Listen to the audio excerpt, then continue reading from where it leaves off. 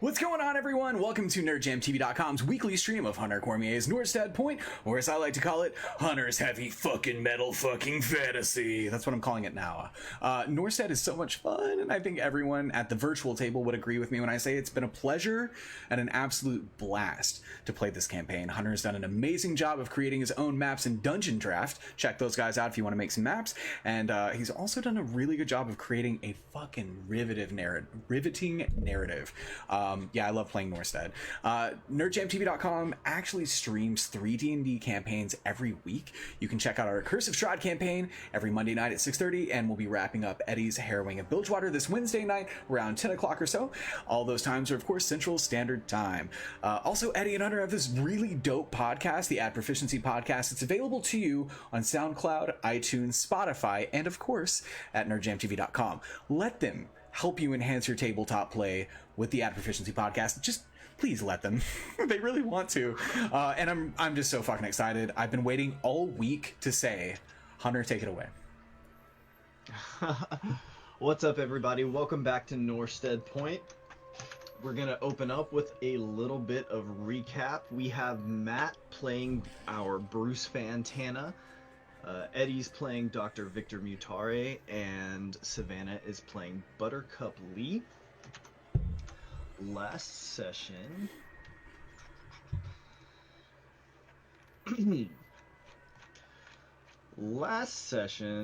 Victor had tested the bark-covered sphere on the rude neighbors, sort of flinging it into the mother's eyes. I forgot about that. That was hilarious. Yeah, that was awesome, dude. But fortunately, she seemed perfectly recovered due to this, and was generally forgiving of his manner due to this. And the doctor treated the little girl as well.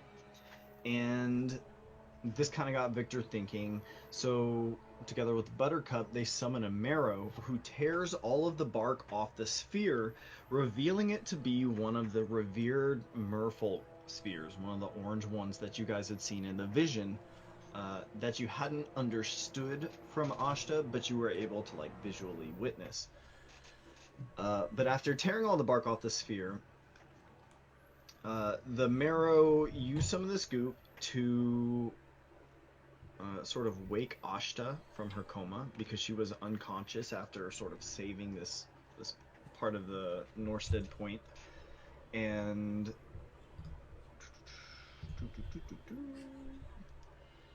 when you all recognize one of the spheres for being one of the merfolk spheres as it was, it kind of raised the question of why the Great Avian had one of these, as well as why the sphere was covered in that strange bark. You guys were all kind of like, it doesn't really add up, because the merfolk wanted to know, where did you get this?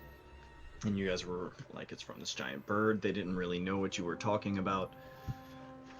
So, as you guys were kind of trying to tend to Ashta and get all of the civilians within Nordstead Point situated, Bruce Fantana was witnessed walking through the ice. That sort of prompted a lot of questions from the villagers, and several of the pale invaders kind of appeared from outside of the ice and were seen to not be able to move through the ice.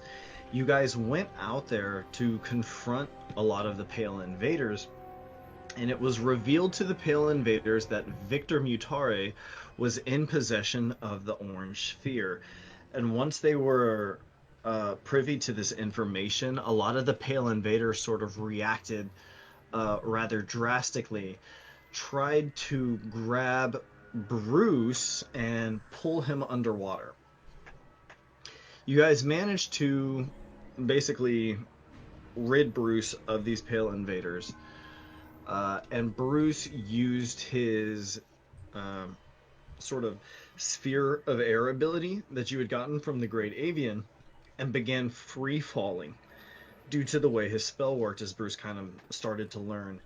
And that was the first time that Bruce kind of became aware that if you guys were to go too far under the water, and then suddenly lose concentration on the spell, you would have very, very serious problems. So it kind of presented this obstacle to you guys. But after all of that was finished, you guys ended up with 2 of the Pale Invader bodies. You are back on the island, and you were kind of tending to everybody when you noticed a campfire off on the shore, kind of over in this direction. And that brings us to now. Nice. What would you all like to do with the remainder of your afternoon?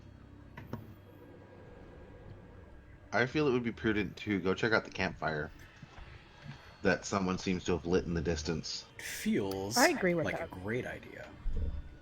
Now keep in mind, you guys are swimming every time you do this. Can I salvage materials from a house to make us a small like boat or dinghy fairly quickly? To make yourself a boat? How long does it take to make a boat from scrap wood? I feel like that would like kind of be long rest material if you're trying to make a boat. Okay. Yeah, that sounds about right to me. Sounds weighty. That sounds like something I could do later. That was a good question, though. Yeah. I like that idea. Yeah. We definitely need a boat. It's not a bad idea. I'm on a boat. I'm on a boat. Let's go check out the fire, man. So the campfire is in the water. Yeah, I see it. Maybe I kind of moved it there. Sorry about that. Okay, cool. It's out on that little point above that. Okay. I was like, wow. Yeah, there we go. How did he do that? Yeah, so no. Cool. It is actually right over here. Sweet. Okay. Yeah, let's go do it. All right. So I'm gonna go ahead and just pop you guys over here. Boop. So after swimming all the way back to the mainland, which I gotta say is an exhaustive exercise for all 3 of you, the 3 of you sort of like approach this campfire. And as you do so, you see a couple of familiar faces. You actually see 3 familiar faces. Ooh. Yeah. Dun, dun, dun. Who Oh man, made it. who exactly is Randall? Randall is one of the hunters. Randall and Jocelyn were 2 of the regulars that you guys interacted with early on. Is Yeah. Jocelyn? You guys had... Is she a 10? Jocelyn is a man. Oh. This is actually Is something he of a note 10? before too. We were kind of surprised that it was listed as a man's name, but there was in Xanathar's Jocelyn. Oh, I think Bruce might have made fun of him for it. I can't remember. That seems like a Bruce thing to do. It's possible. So, as you guys, I assume, like, climb up the fucking, like, cliff wall, right? There's gonna be, like, a very surprised sort of laugh as, old man Marcus sort of looks at you guys and says, "Survivors, hunted by you 3. By me britches, here an unexpected sight." Hey, what's up? It's me, Bruce Fantana. He says, "Oh, it's good to see ye. It's just me and the lads here. How many others made it?" Rough count, was it 14 people altogether? I think a rough count or something like that. I don't remember off the top of my head, honestly. I think it's like up in like the 20s. You might, yeah. We throw out a number like in the low 20s. Just At like blah blah blah. Randall and Jocelyn are each gonna grimace, and old man Marcus just sort of shakes his head. And looking over at the rest of you, he says, "How'd you scrape by this devilish catastrophe?" We were away from the town when this occurred. A friend of ours saved a large portion of those that were left in the town in the ice statue that you see out in the water. And he kind of, Victor points out towards the statue of Ashta, or iceberg. So, Roll me an insight check, you guys, as Victor says this. What do you say, Matt? do they look at the sculpture of Ashta? Yeah, everyone looks at the sculpture of Ashta as you guys say this, and Victor's sort of pointing over to it. Bruce says, "Hey, you better not be looking at my girl. You better not be checking her out. That's my girl. Hey, hey, what's going on? So, Buttercup your eyes are lingering laughs on my at that girlfriend, guys." and like squeezes the water from her hair, and she looks Okay. at the gentleman over there, and she's like, "I'm glad y'all made it. How did y'all survive?" Okay. So first off, as Victor's saying this and like sort of pointing over, Victor and Buttercup, the two of you notice in particular that old man Marcus just like really like kind of just like turns up his nose at like this floating ice island out there, right? And then in response to your question, Buttercup, he says, "Well, I stepped out of me lodgings that morning and saw that foul sphere turning and spitting in the sky like an evil sun. Says to myself, them there's black magics, the likes of which claim them lads aboard the Anne. Not I'll have no part in it, no matter the cost. And I packs my meagre belongings to risk me neck outside the wall for a day. Good thing, too. I heard a great rumbling, and my sea legs buckled under the shelter of the woods. But when it was all over, there was naught of me Norstead Point save for that damned frozen she-devil in yonder bay. And I've no doubt them sea demons be the cause of this ill-fortuned fate." Listening to this, she nods along to what he's saying, but at the mention of sea devils and all of that, she just kind of quirks up her brow a little bit, but keeps her mouth shut. And she's like, "Well, I'm glad that all of y'all are here. It brings great relief. Everybody in there is taken care of, and we cured the sick. The sick are no longer ill." So Bruce looks over at Marcus and says, "Hey, I can definitely see you still looking at my girlfriend. I really want you to stop. Also, how did you guys survive this?"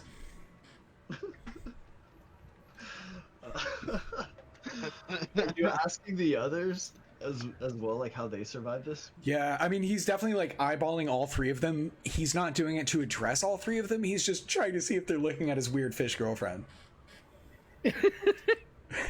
The ice sculpture of her? Yeah, it's close enough. It counts.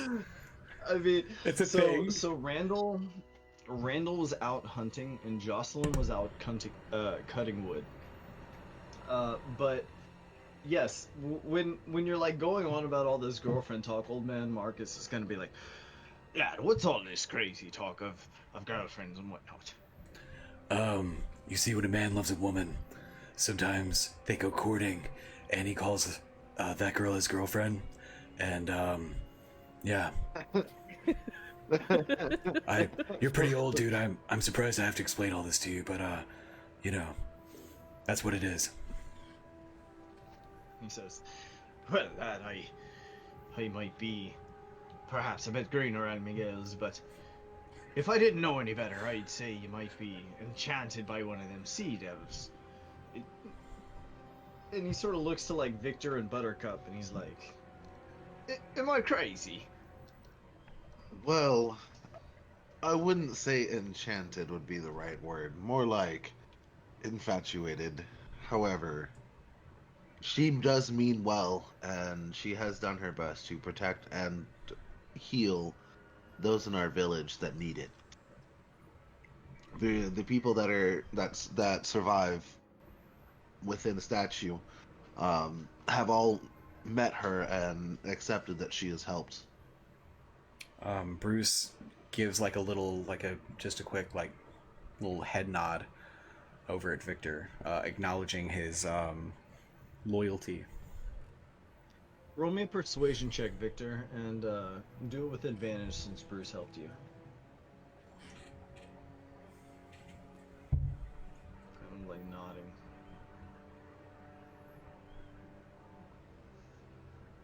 All right, let me 1 second.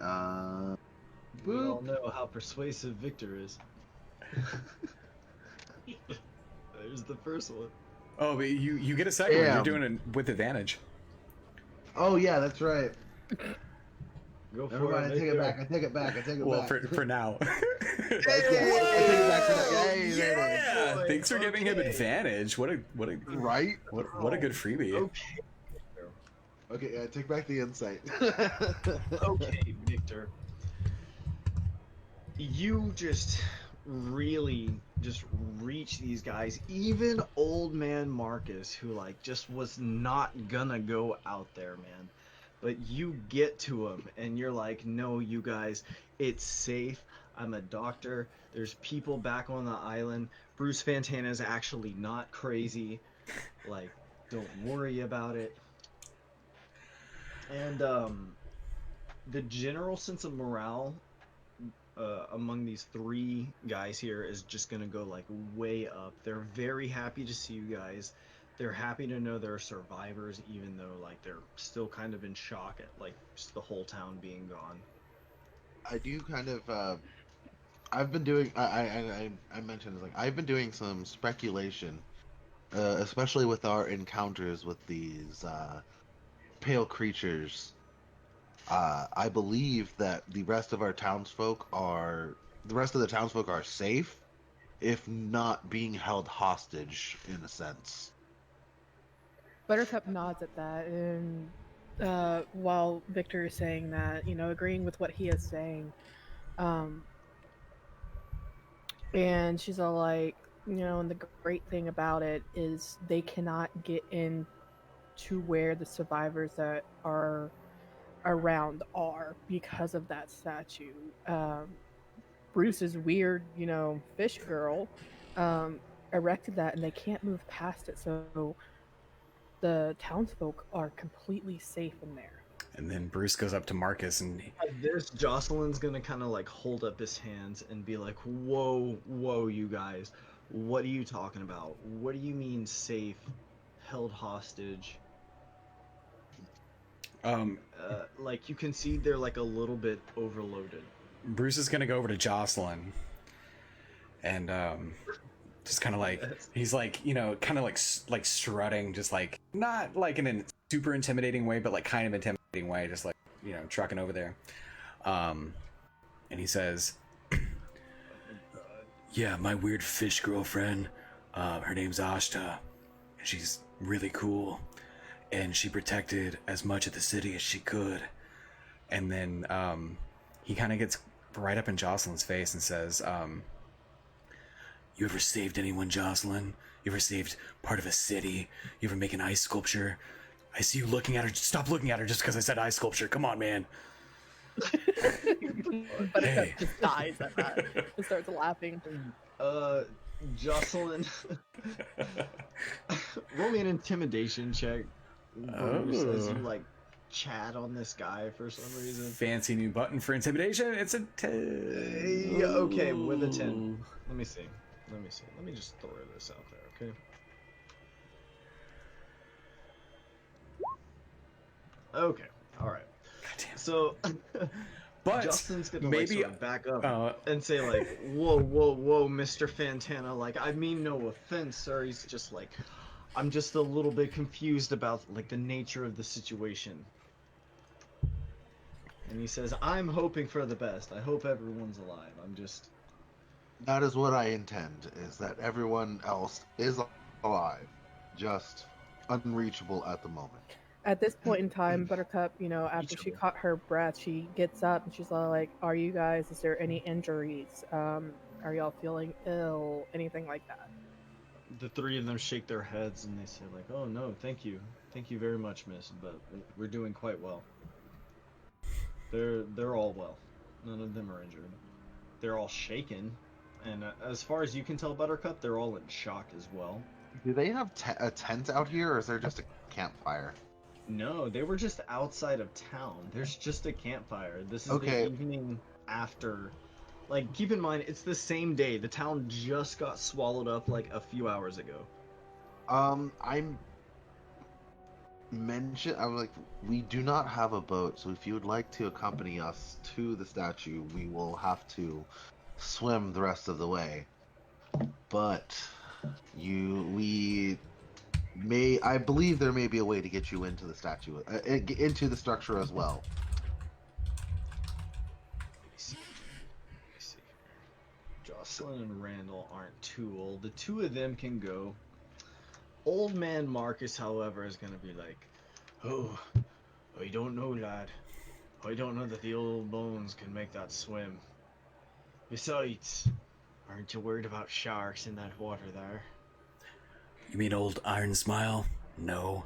Remember that time I killed a shark? No. Come on, man. Let me hit that pipe, Marcus. Oh, that's why you can't go? You're too stoned to swim? Sure. Didn't you nat one that? I'm pretty sure you like nat. It wasn't. one It wasn't good. I'm pretty sure you did. It wasn't a good roll when I first encountered Marcus and tried to hit his pipe, and he said no. It's not successful. Says it's dearly important to me, lad. I'm afraid I don't let anyone smoke it. All right, you guys, are y'all trying? Are you guys like trying to like take this group here and move them to town? Old man Marcus is probably gonna have to stay here unless you guys are capable of helping him out somehow. I have a Do that. I have a tent I can give him if we don't have. You should get. Yeah, Buttercup looks at Well, old man Marcus. No, it's dangerous. Oh, shit. To be out unattended to. Yeah, Overnight. that's true. So Bruce is gonna reach in his pockets, and he's gonna pull out those fucking bat wings, and he's gonna say, "Oh man, I sure wish I could just give you these and let you flap your arms real fast, and then you could like just fly over there. I don't even know why I would bring this up, because it's just like kind of like false hope." And then puts them back in his pocket. Yeah, everyone kind of grimaces as you like pull them out of your bag, and you're just like, "I wish I could just put these on you guys," or just like, "I wish I could just give you these," or whatever. They're all just like, okay." You ever heard of it? Buttercup sighs at that, and she's just like, okay, and looks at old man Marcus, and she's all like, "We might not be able to get you to the island right now, but we may be able to make a sort of boats that we can use to come and get you, but it may take a day." If Victor, I will say that Victor and Bruce are capable, or even you, Buttercup, you guys are all capable. You're all capable of attempting to try to carry this guy. Yeah. Okay. Um. I'm not very 'Cause strong. I will say that like Buttercup is like a fucking athlete, as we have all seen so far. Yeah. So I do have a question, DM. Yes. I know my form will freak these guys out, but if I were in Cesarthic with my swim speed, would that make carrying Marcus easier? Yes, very much so. Okay. So is that the plan, Victor? I mean, the rest of the town knows now about me being able to transform. Oh, it's not that. I just But Bruce is Bruce aware of this in character? what? Yeah, he transformed into Cesarthic in front of The town folk last time. Is yeah, including no, is Bruce aware of the idea that you want to transform into Cesarthic and take Marcus with you? No, he hasn't mentioned anything No, I yet. haven't mentioned anything yet. No, I was asking the DM Sure. basically a like a rules question first. Because Bruce got your back. Yeah. I look at Marcus a little bit hesitantly. It's like, Master Marcus, if I had a way to transport you to the island, but it might be a little unsettling at first, would you be open to the idea? Whatever do you mean? I kind of look at Buttercup and Bruce for a moment and it's like, well, the rest of the town knows. I suppose these gentlemen will find out soon enough anyway. You're not wrong with that, but And, gentlemen, just please know, again, everybody knows this might be unsettling at first, but I promise no harm will come to you. So yeah, I was like, I'm gonna go ahead and I was like, I can change into other creatures, and one of them will be able to help you across the water, Master Marcus. Roll me a persuasion check, Victor, to prepare them for what they're about to see. Okay. Okay. Hey. Wow. Nice. Damn. Very nice. Okay, so they're gonna sit back and be like, okay, like old man Mark is sort of cocking like a way overgrown eyebrow at you, you know. When Victor starts to do his shape shifting. Oh, you've got a sound for that. And you are going to shift into, yeah, I think we actually like heard this last time.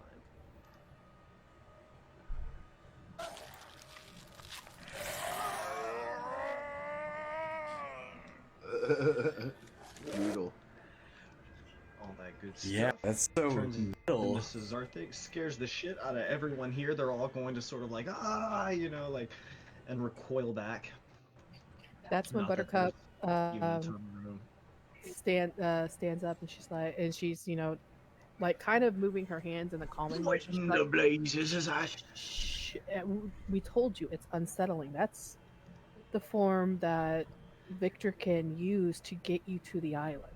It's disgusting. Well, that's Give it a rude, shot but there.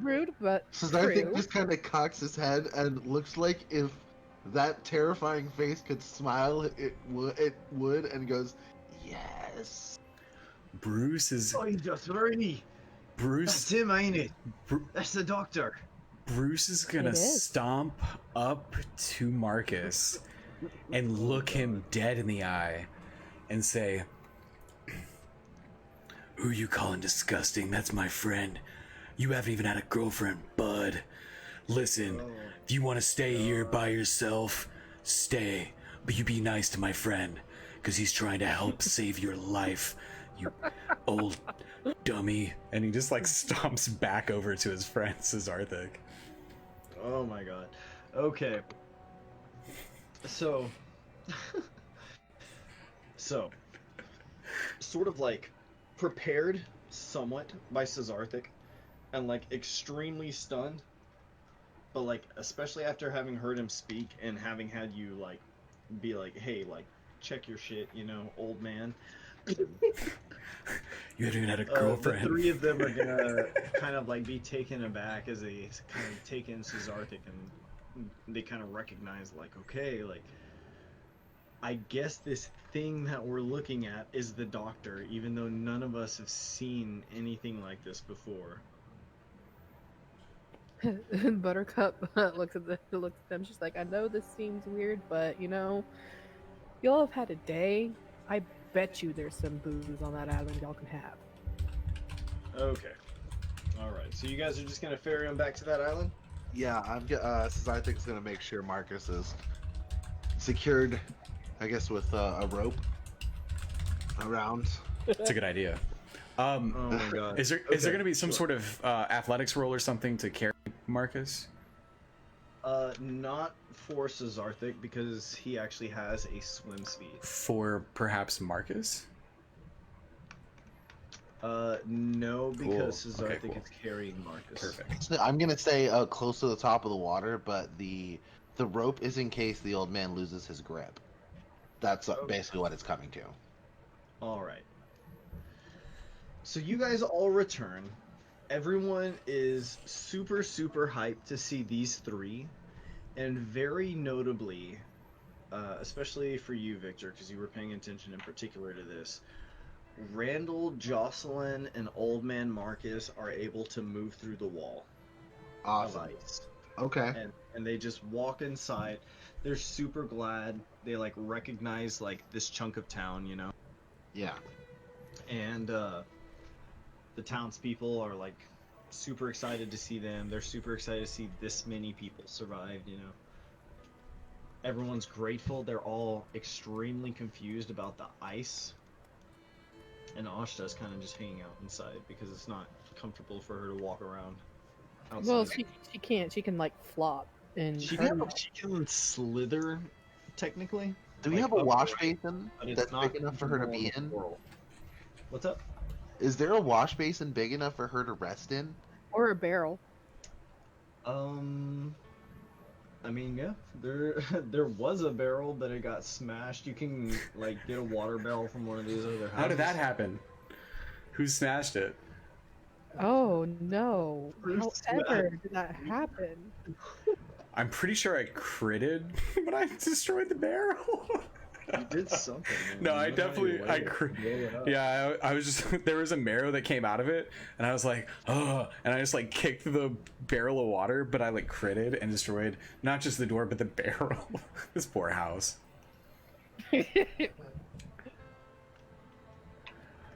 So Bruce is gonna go, talk to his weird fish girlfriend.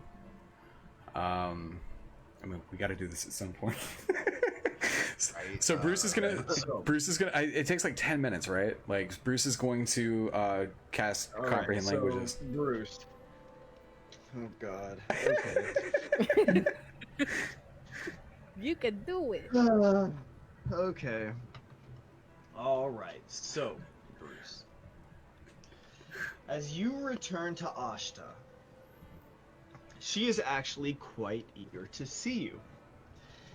And as she is, as soon as she sees you like walk back in through the door, she sort of perks up. And she kind of beckons you over. And then sort of taking a knife that she found, like a cooking knife from within the house, she kind of like pricks her finger, right? And her finger begins to bleed, and she takes that blood and kind of like gestures like for your wrist, like asking you to offer it up. Bruce offers it up. Okay. She's going to take that, and taking like the blood from her finger, which is like this kind of like brackish blue gray, she begins like smearing like shapes up your forearms. And after sort of marking you for about 10 minutes, right? All the way up both of your arms, all the way up your torso, and then several that kind of go down to about your navel area. Does any of it tickle? No. Is he ticklish? Okay. It feels pleasant. Okay, cool. Like, it's tickles now. After that, Ruth, she's going to begin sort of singing the way that she does. Okay. And you're going to feel this sort of like heavy sensation. It sort of sits on your soul, almost like a deep, deep depression, but you just feel it almost physically in your gut. And you feel this like heavy feeling. And as soon as she stops singing, she's going to begin speaking in her language, right? And it comes in a little bit hazy at first. But it's sort of like this, woo, woo. Can you understand me, Bruce? Bruce, can you understand me? Weird fish girlfriend. Yes, I totally can. I'm sorry, Ashta. I can totally. Yes. Can you understand me? Holy shit. No, she cannot understand you. Okay. And like right off the bat, she'll tell you like, she sort of like holds up a hand to sort of pause you, and she says like, it is a simpler task to receive intention than to convey it. But this will suffice for now. This is a spell for learning, for understanding. She says, I cannot understand you. But if you can hear me, can you nod your head for me? Bruce nods. Okay. Ashta kind of smiles, So, and she says, oh, sorry. Go ahead. Go ahead. Go ahead. No, go ahead. Bruce smiles at her and says, "You smell like farts," and he's just trying to like test her and see if maybe she really can actually understand him, and maybe she's just playing coy. Maybe she just doesn't want to let on. Like, oh, I can't understand you at all. Sure. So he's just, "You smell like farts," and he smiles and tries to gauge her reaction. Smiles back at you, Bruce. I don't know what you want. She doesn't understand you. So she smiles back innocently, like not knowing you just told her she smells like farts. And she's going to tell you with some authority. I am Pilialoha Ashta, a timeless daughter, beholden to preserving the history of our people and worship of Moakwari. Did you say Mark Wahlberg? Mark Wahlberg. Yes. Okay, Makawali. Okay. Bruce just kind of like nods with an understanding. Okay. So, she is going to begin teaching you spells. For the journey ahead, she's sort of like fascinated to discover that your spirit can sort of like support the weight of their magics. Because like they sing to produce their magics, but she has sort of found a way to kind of like force that burden on you anyways without the singing, and it seems like you're able to support it. So she's going to begin using this spell for learning, conveying the knowledge of different spells. And it's this weird sort of thing where it's like as soon as you become aware of this knowledge, you gain the ability to use these spells. Nice. And she teaches you a couple spells. A spell for the journey ahead, which is the light cantrip, and a spell to practice focusing the will, which is a mage hand. The more you like sort of focus your mind, the more you're able to like make a concrete hand capable of moving objects and whatnot. She also teaches you a couple other spells. Healing Word for emergencies, and Comprehend Languages, which as she said was a spell for learning, a spell they sort of teach to students and whatnot to understand the world around them. And she teaches you the ritual that she performed to ease the burden of like the weight of the spell. Nice.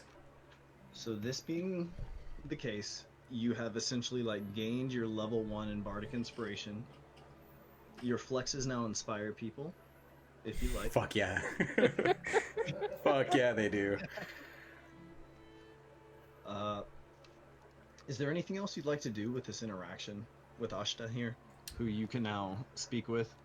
No, Bruce is very satisfied. He's just like he's very grateful. He expresses his gratefulness. There's a palpable romantic tension throughout the teacher-student process. Our hands gently touch each other at some point as she's like explaining a spell, and then Bruce kind of pulls it away and blushes. Do I have to roll to not blush? Is that a con save? It's a deception check. Roll me deception to not blush. Oh, nice. Okay, I can do that. I don't. Her hands are cold and clammy. Okay. Skills. 7. Oh my god, it's so cute. Oh. So, Bruce, you try innocently to disguise your blush, but fail. He feels his cheeks getting hotter. It's like I dare say a sunset on his skin, and he's just kind of like, thanks for the spells, I guess. I must admit, I've never known one of your kind before, and to my knowledge, neither have any of my people. Yeah, I'm one of a kind, lady. I'm Bruce Fantana. Not the truth. Oh my god. Oh yeah, I mean you're pretty cool too, but you can't understand me, so it doesn't really matter. So Okay, sure. Alright, sure. I'm gonna leave it at that. Well, what else would y'all like to do here? While fact, Bruce What are Buttercup and Victor doing while all of this is going on? Because teaching Bruce these spells is gonna take. I'm gonna go ahead and say like this is probably gonna be like a remainder of the evening thing because it's been a long day for everybody in this little plot of land here. Victor and Buttercup, what would y'all like to do with your evenings? So when they first arrive, she first checks over Marcus, Jocelyn, and Randall to make sure that they're okay, and then checks on the rest of the townspeople, just to see how they're doing morale-wise. Especially the people that were sick, checking to see, if there's anything, odd happening, or anything like that, because that's what she's supposed to do. And then she grabs a new bucket of water because she doesn't know where Beryl is, and she asks someone. She's like, "Hey, does anybody have an extra water barrel that I could use for Asta?" This, the brewer is going to speak up. Where are you? Where are you, Buttercup? Let me push you guys over here. So the brewer is going to be this fellow here, who says, "I have a water barrel to contribute." And he says, "My name is Conrad." And looking at Conrad here, he seems to be a fairly well-to-do guy. He's actually dressed rather extravagantly for someone here in town. And he tells you right off the bat that he is the brewmaster. And he is happy to go get a water barrel for you. She just smiles at him, and relief shows like on her face. She's like, "Thank you so much. If you could please bring it to the Clifton house, I would greatly appreciate it." And if he goes off to do his thing, she's gonna actually take the little bucket of water that she has inside, so the Clifton house, so that way she can give it to Asha to help keep her moist until the barrel gets there. Okay. No problem. So I'm gonna go ahead and say, you guys do this. You now have a water barrel for Ashta.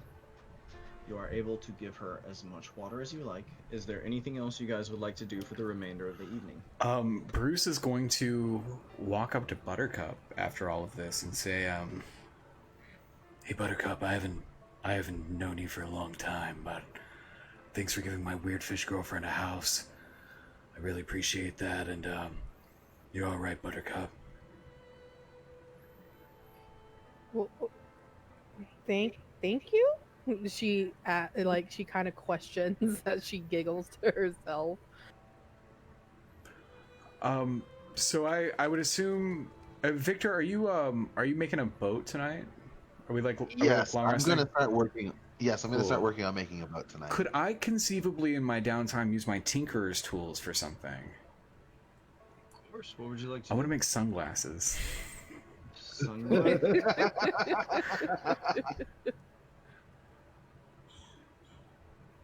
It's too bad we don't have any black sand nearby either. That would be. I feel like it should be very easy for you to make sunglasses. Roll me an investigation check to find a crumbled window. Sure. I'll say yes if you can find one. Ooh, okay, cool. Well, Crit! hey, Hey, you good got job. all the glass you need and then some, dude. Cool. Okay. Yeah, Good no job, problem. man. Go ahead and make you those sunglasses. Yes. And you know what? They look good. Yeah, they too. do. Fuck yeah. They look damn good. Cool. Victor, you're wanting to make a boat tonight with the scrap wood? Yes, any scrap wood in town, I would like to try and make at least like a small boat, like a dinghy or something like that, so that we can ferry people across the water if we need A to. boat. That is way more I'm useful. going to say this is going to be either carpenter's tools Okay. or vehicle proficiency. Do you have either of those? We'll Let say you can produce carpenter's tools even if you don't have proficiency with it, but you can Let make me- your choice of those 2 rolls. let me look at my sheet real fast. It's just gonna take me a second. Bruce I has gotta remember. Bruce has a vehicle proficiency, but in land vehicles. I have no idea why the fuck I took that, but I did. Vehicle proficiency and land I vehicles. have no idea why I took that. The shenanigans. am I- you have wait, I'm making- proficiency in all vehicles, so you know how to make a boat if you like. No shit, really? I mean, it does, like, Yes. in parentheses, it does specify land. Are you sure? I mean, I don't Yes. mind. Okay, cool. I'm going to say that you can build and maintain like carriages, wagons, boats. You can make a bicycle if you like. Whoa, I'm gonna make a unicycle. Rollerblades. I do not have carpenter's tools. That's okay. You have right tool for the job, correct? That's true. Yes, I do. Okay, Victor. If you like, I'm also going to say, by the way, I'm going to move you guys up here. That Okay. Victor, you brought in these 2 pale invaders that you guys Yes. killed last session, and have been studying them, and found that they have some particularly interesting properties. Their brains seem to be highly developed, and you've sort of like extracted a weird sort of like I don't know, we'll say it's like a fucking hormone. Cerebral spinal fluid. Yeah, you extract that. And when you inject it into your own spinal fluid through a completely painless injection, Oh yeah. you find that you're able to cast the levitation spell, Nice. which is how you're able to do that in a non-magical way. Sweet.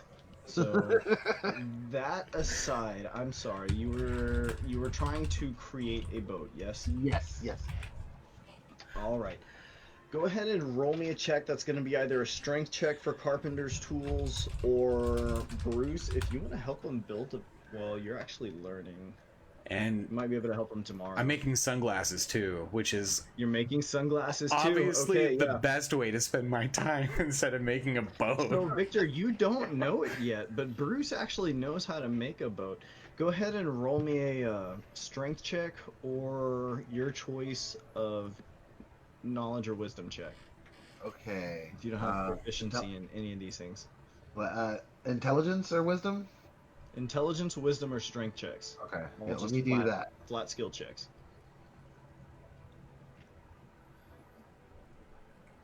So here, let's. Boo! Oof. You know what? This is actually a good thing because you don't finish your boat, and in fact, you're having a rather difficult time with it. Might be worth mentioning to one of your party members tomorrow Yeah. that you're attempting to build a boat. Hint, hint. Absolutely will. Okay. But you do spend a good amount of time that evening before realizing, like, you know, you're having a hard time with the physics of it, and there's just something not quite right that you're not quite able to do. It's frustrating because you don't usually have these problems, Victor, but there it is. Buttercup, did I already ask you what you were doing with the evening? I'm sorry. I don't quite recall.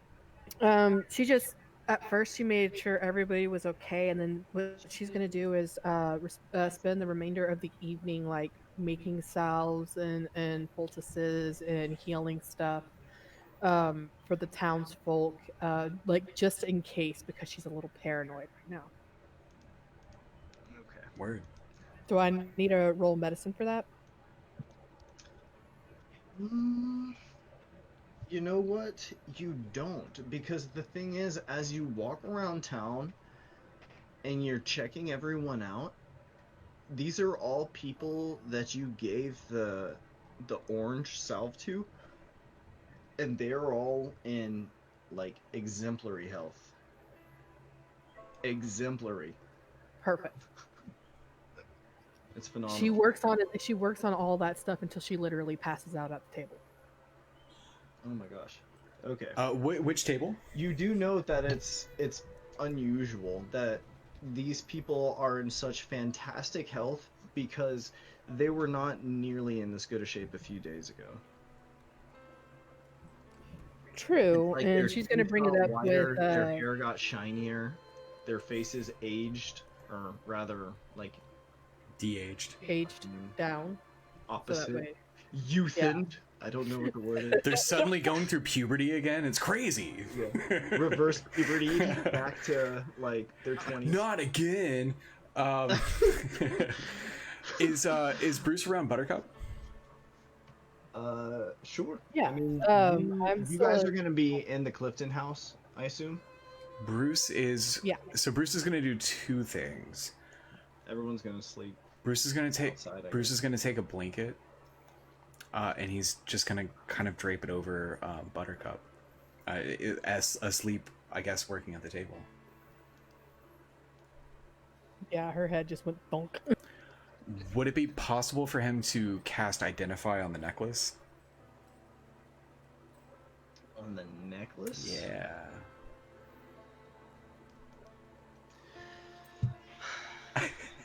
Yes. That's right. I gave you a warning. I warned you. Fucking goddamn. Warned you. Okay. All right. Okay. You cast Identify on the necklace. The necklace belonged to. Ba-ba-bum. It belonged to a merfolk priestess by the name of Losiani. Luciani, okay. Losiani. It is essentially a necklace belonging to someone who does the same thing Ashta does. They are priestesses devoted to the preservation of merfolk history and the worshipping of a large crab entity Okay. known as Mowakuali. Cool. They have this sort of like bargain with Mowakuali where they tend to it. They sort of like provide it with like food and basically comfort. Okay. And this giant earth elemental, which is essentially like a giant crab, just like sleeps like where it's from, which is from like deep in the depths where the merfolk don't really go because it's too deep for them and it's just like not safe down there. But this giant, like essentially a giant, an elemental giant, this giant stone crab is sort of sleeping down there and providing the merfolk with these orange spheres. And that is the sort of like order that Losiani, this priestess, as well as Ashta and a couple other priestesses, although you don't know their names, they're all devoted to essentially doing this thing. Okay. Now this necklace is sort of a relic of one of the other priestesses. So it's odd that it was found so far from where you guys found Ashta. Gotcha. Okay. And in fact, roll me an insight check at advantage, Bruce. Because you have the clues. Okay. It's 20. In fact, Bruce, you have noted when you guys did find Ashta that the surrounding environment, the sort of collapsed temple that you guys in, was in a highly destroyed state. Most of the stuff was already caved in. It was long overgrown for years and years and years. It seems like a great amount of time since some form of destruction has occurred. Okay. Excellent. But you know exactly what this necklace is. It basically summons like an artificial merfolk person They're not really real, although they have the knowledge that the merfolk do at that time. Okay. It's kind of like a Mr. Meeseeks box, Cool. Okay. if you know what that is. I'm familiar with Meeseeks. Okay, great. Awesome. That was very cool. Bruce is, with this newfound knowledge, is Ashta asleep? At some point late in the night, sure. Yeah. Bruce is just gonna he's not gonna lay in bed with Ashta, or, I mean, she's probably in her bucket or whatever she's in, her weird fish home. But he's gonna lay on the floor next to her, no blanket, nothing, and just kind of fall asleep. Muscles rippling in the moonlight. Yeah. Okay. The next day, everybody refill all your stuff. You're all good. You're all healed. You all have your next level. Nice. Your health bars may not be accurate. I'm sorry if that's the case. That's all good. What would you all like to do the next morning? The next morning, there is some hustle and bustle. The townspeople are very concerned. They're not too sure what they should do at this point. Since none of them can leave the ice, there is some deep concern amongst the townspeople about what is going on and whether they're actually prisoners or not. You guys have done a good job kind of calming them down, but they don't feel comfortable. I think you guys actually rolled pretty highly to calm them down last time, so you're good there. Okay. Are we on that map? What would you like to do this morning? Are we on that map right now? Oh, you should be. Yeah, you're in the distant cave right now. Okay, cool. We're in the distant cave. You're on this one. Oh, perfect. Okay, cool. Okay. So I guess Bruce just I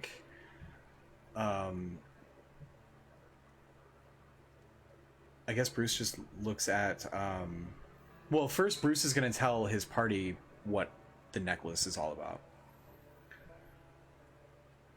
That seems like a good idea. He's going to relay all the stuff that he just found out.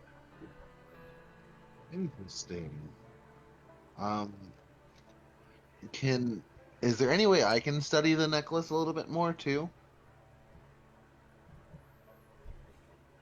I don't see why not. What are you looking for? I'm just basically looking at it as well as he tells us about these things is basically what I'm getting at. It's I'm just intrigued as he's. I'm trying to see if there's anything else that can be done with it, or if there's any. So, I will say that as all of you are holding it, it's this sort of feeling where you just feel this object, right? As soon as you become close enough to it, you sort of just develop this awareness of where this object is relative to you, and you can just feel this sort of it kind of makes your fingertips tingle, as you're holding it. I don't want to say radiation, but you get a tingling sensation when you're holding it.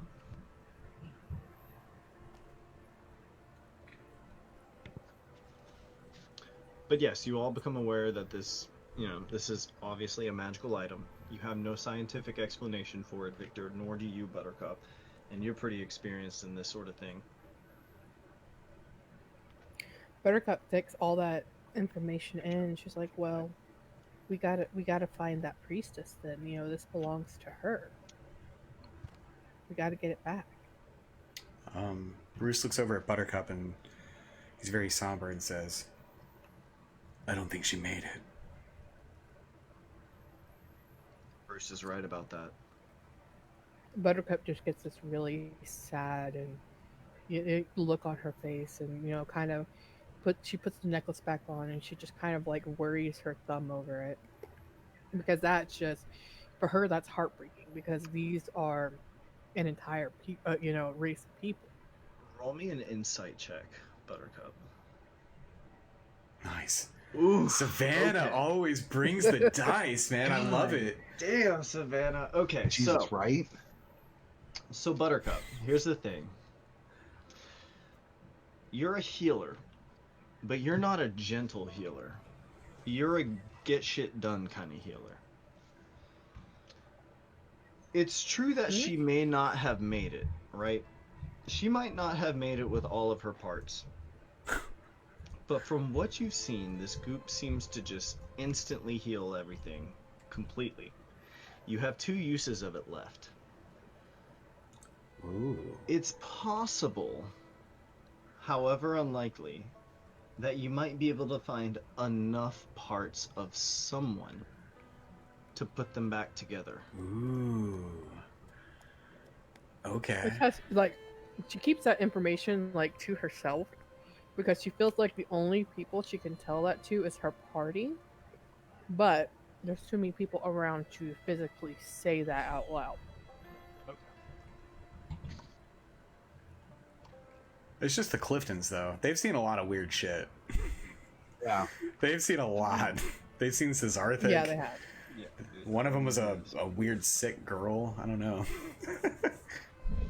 But Well, that's true. Not anymore. They're all perfectly healthy and very pleased about your presence in town. Bruce is going to look at Ashta and just kind of take her gently by the hand and say, and then point at the necklace on Buttercup's neck and say, Losiani.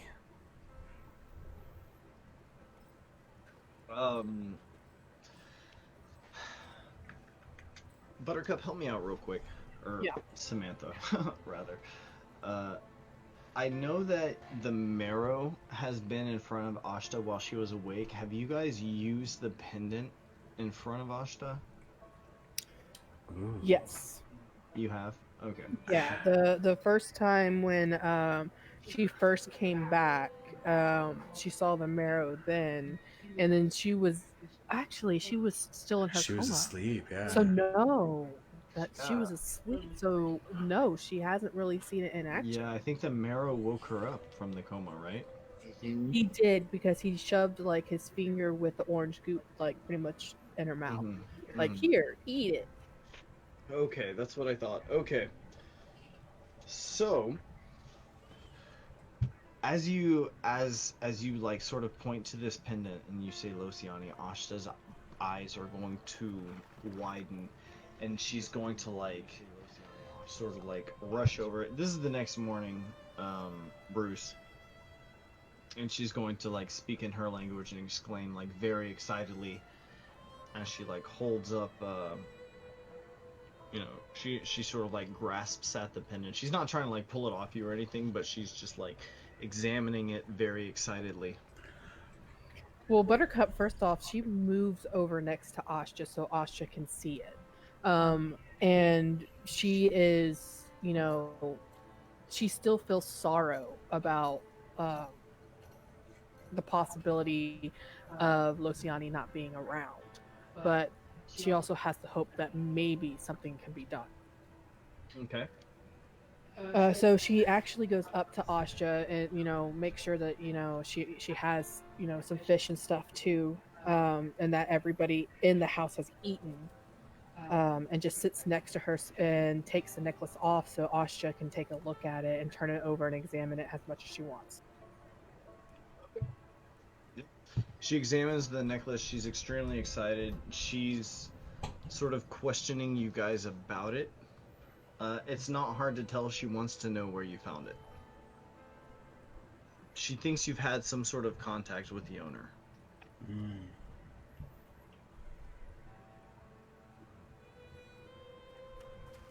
So Buttercup, she can see her excitement, and she looks at Bruce and Victor, especially since Asha can't understand them.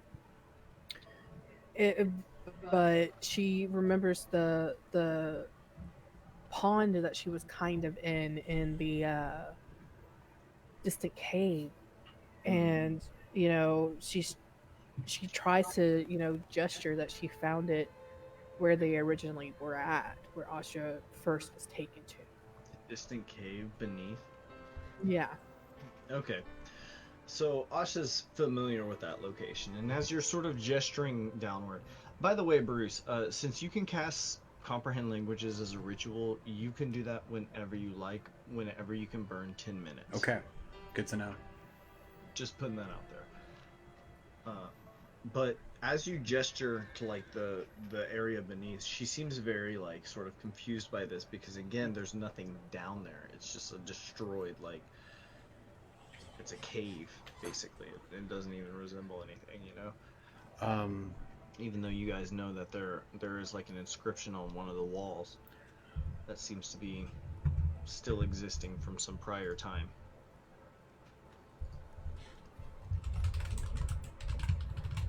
So Buttercup puts the necklace back on, and she kind of sighs, and she knows that if she funnels her intention, that Asha could somewhat understand intention, and so she's trying to express via intention that it was found, not where she was at.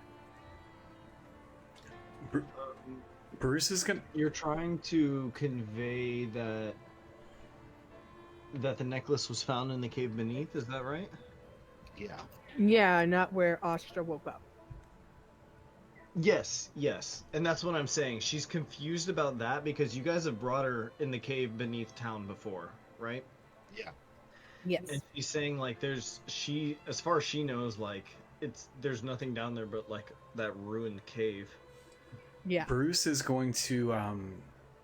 This is discouraging for her. Bruce is gonna say, "Hey, maybe we should go back to fill on this bucket and check out those statues again."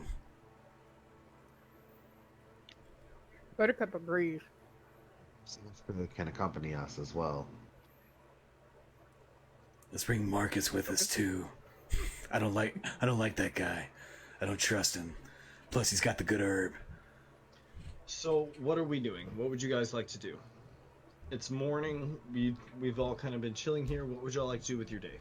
I kind of mentioned to the others, I was like, so I've been trying to work on a boat to ferry people across the water with a little easier. And I seem to be running into some. Well, I've never built a boat before, I'll be honest. Bruce, you actually know a thing or two about this. I'm a doctor, not a shipwright. Aren't we all? Bruce looks over at the doc and says, "Hey Doc, we can't be good at everything. My dad actually taught me a little bit about boat making. A lot of other things too. I could maybe give you a hand with that." Victor looks a little surprised for him. He's like, yes, I would appreciate the insights. Thank you. So which? Meanwhile, while your boys are doing that, I'm gonna make sure that we have healing potions on us, like healing stuff. But I agree with Bruce. I think we need to go back to Finnegan's Bucket and see if we can find some answers. I agree. We left back to Finnegan's Bucket.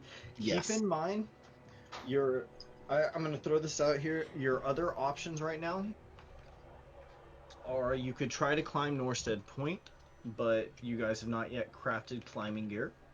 You now have access to the ship graveyard because you guys can travel underwater. You could try and descend into the abyss, which is exceedingly dangerous because of the pressure danger, essentially.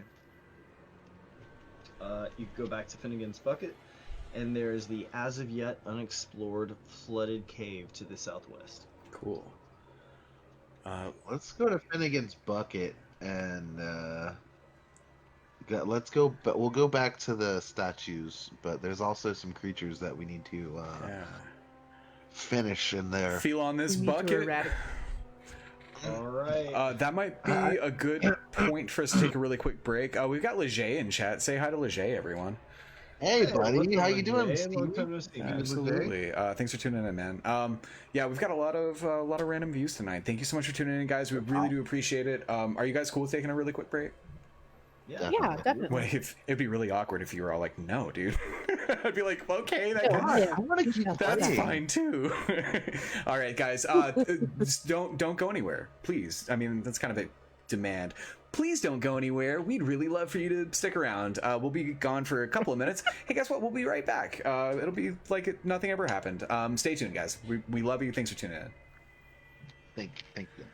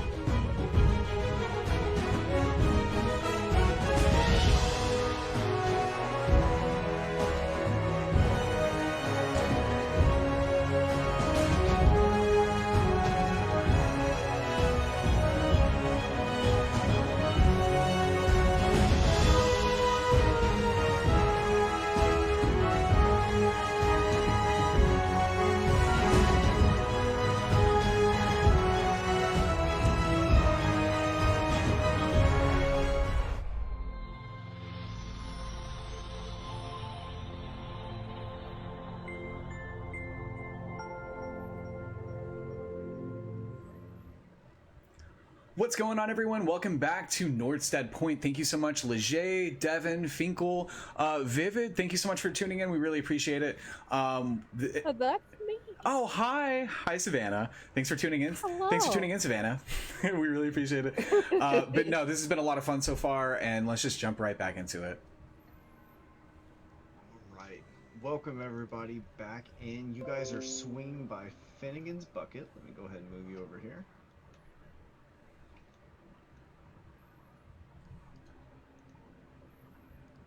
All right. So, I'm going to say right off the bat, as soon as you guys walk back into this cave, it does not smell particularly good. There is a lot of death in this cave. It's kind of got like this musky, salty smell to it, given all the water. Hey guys, we made it smell this way. Welcome back. At this point, you're all pretty familiar with the cave. What would you like to do?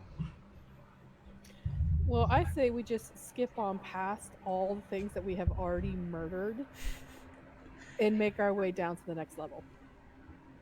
Absolutely an option. Y'all just want to go down to the temple Oh, area? I'm super sorry. Could we retroactively say we're bringing Ashta with us? Would you like to? I would like to. Yeah. Yeah. Oh my gosh, okay. I'm sorry. I thought I had mentioned that as well. My bad. No, that's fine. That's fine. So, is she like hanging on to Bruce? Yes, would y'all like for that to be the case? Bruce, you're carrying Ashta? Bruce is gonna play hard to get, and he's gonna just kind of lead the way, and like kind of distance himself from Ashta. Okay, she's going to like slide herself painfully across this like sharp, dry coral. Oh no! Okay, well, Buttercup. hold on. Does Bruce notice she's in pain? Yeah, you've actually already noted this before. Can Bruce and so can he carry her? It's just like sandpaper, dude. Can- If you like, yeah. I don't think he realized that. What that was the case. I don't know how fish people work. Okay. No, she can move across the surface. It doesn't feel good, but she can. Bruce, I mean, can she not walk on her hands? No, Bruce is definitely gonna carry her. Okay. So Bruce, you're being terribly nice. You carry her. Now you guys are all attempting to go downstairs. Is that correct? Yeah. Yes, sir. Okay. Let me just move us downstairs.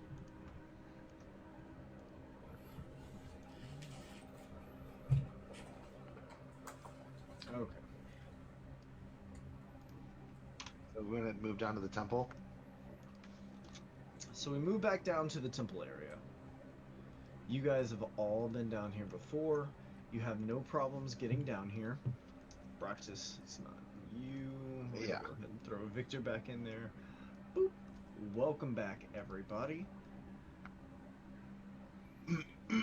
What would you like to do? Okay. So there are crumbled statues, correct?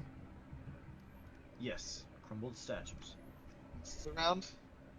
I'm sorry? Are there pieces of the statues around that we can identify?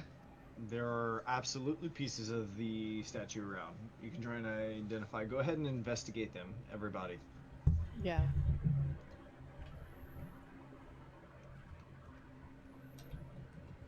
I have no idea what's gonna happen.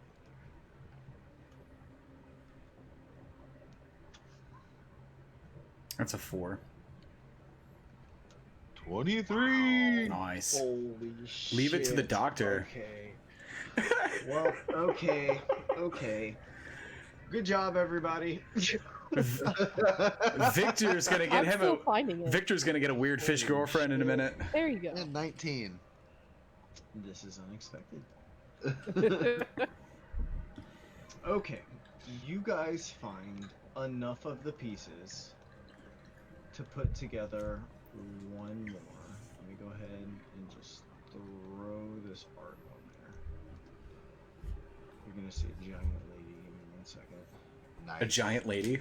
I think so. Cool. All I want to do is see you turn into a giant woman. What the fuck? It's a Steven Universe song. Okay. Okay. Well, there is now a new character. Give me 1 second to figure out a name here. Is she fine? Oh my god. You already have a fish girlfriend. Quit Yes. hogging the fish girl. Yes, she's an absolute 10. Bruce likes options, you know. I mean, what if things go south with Ashta, you know? Oh my god, Bruce. Then Okay. I'm hedging my bets. Her name is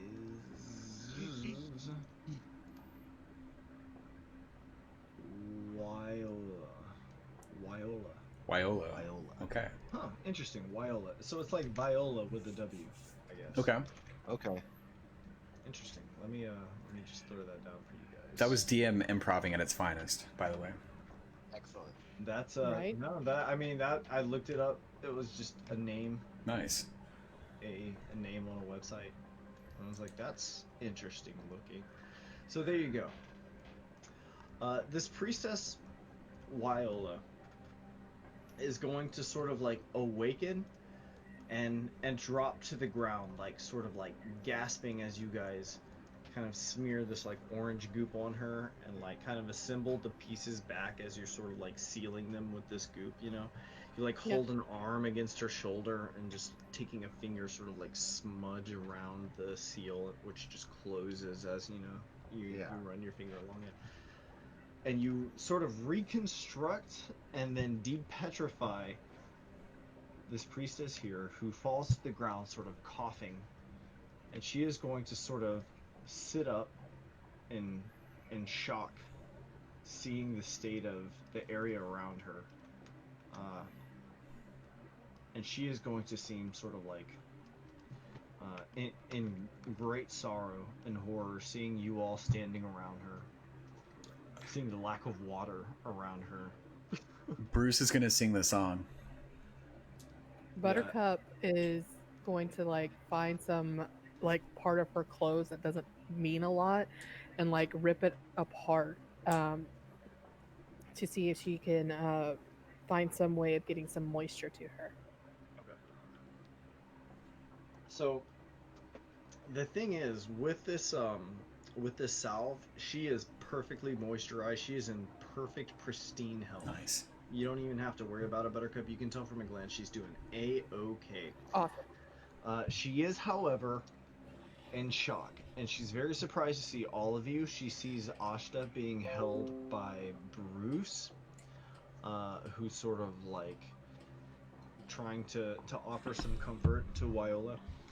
And she... Here, let me show you guys this art here, by the way. Nice. She's super pretty. So, She's a 10. So Ashta and Wyola are going to sort of have an exchange in a language the two of you guys don't recognize. Or I suppose at this point you know it to be a merfolk language. But after a while, Wyola is going to sort of like seem less defensive, although greatly stunned. What would you all like to do? Buttercup, the first thing that she does gets down on her level, you know. She watches them converse and everything like that, and then she gingerly takes her the necklace that she has off and offers it to Wyola, and you know, if she wanted to take a look at it or if she knew anything more about it. Word. Wyola? Are you... But you're not like offering it to her to like have... If it would be more beneficial for Wyola to have it than Buttercup, then I am down for it, but I don't know that. Okay. So I'm a little hesitant. So, I assume you sort of like... You're kind of like reluctantly showing it to Wyola, like not intending for her to take it, and she sort of like speaks with Ashta a little bit, and She kind of regards you, Buttercup, at first a little defensively, but she's going to sort of investigate this pendant, this amulet that you have that belonged to Lociani, and she's not going to attempt to take it from you, kind of seeing your defensiveness. But you now have this second priestess here. She is very surprised, or as Ashta, sort of introduced herself to you, Bruce, she is an awakened daughter. Okay. No, I'm sorry, timeless daughter. That was the name. Okay. Buttercup should have some rations on her, so she takes out some of her rations. She doesn't have fish on her, unfortunately, and offers it to Viola. Nice of you. She's completely nourished thanks to the orange sphere, the revered merfolk sphere that you guys had smeared on her. But it's more about the gesture that she appreciates. And you can see it puts her defensiveness at ease a good deal that you're trying to like offer her some sort of like food item. So, Awesome. So you guys now have this additional timeless daughter that worships this crab god from the deep depths known as Moakuluani, sorry. What would you like to do? What would you still have the thing upstairs that you guys had seen before. However, you have two of these timeless daughters with you. And Viola is in she's in shock essentially because she's just been woken up. She sees the gorgeous temple around her is in complete ruins. There's remnants of what was left of the temple before, but all over the place there's where coral growths had just sort of like grown, uncut just out of the walls and out of the floor. There's rubble everywhere. I guess Is gone. as we go upstairs, taking Viola and Okay. Asha with us, can I make sure the next floor up to point out the giant lizard on the other side? And I'm like, we need to deal with that creature. I make sure to mention it to the party. Are you carrying Viola? Because if not, Buttercup will. Yeah, I mean, we can both help her Yeah. along. Word. Just to make it easier, because Bruce has Ashta, so we can help Viola. Okay. Alright, so we're going to go ahead and move you guys up. I'm going to say it's easy enough for you all to move up as a party, especially given that you cleared out a majority of this cave. While there are predators, there are not many.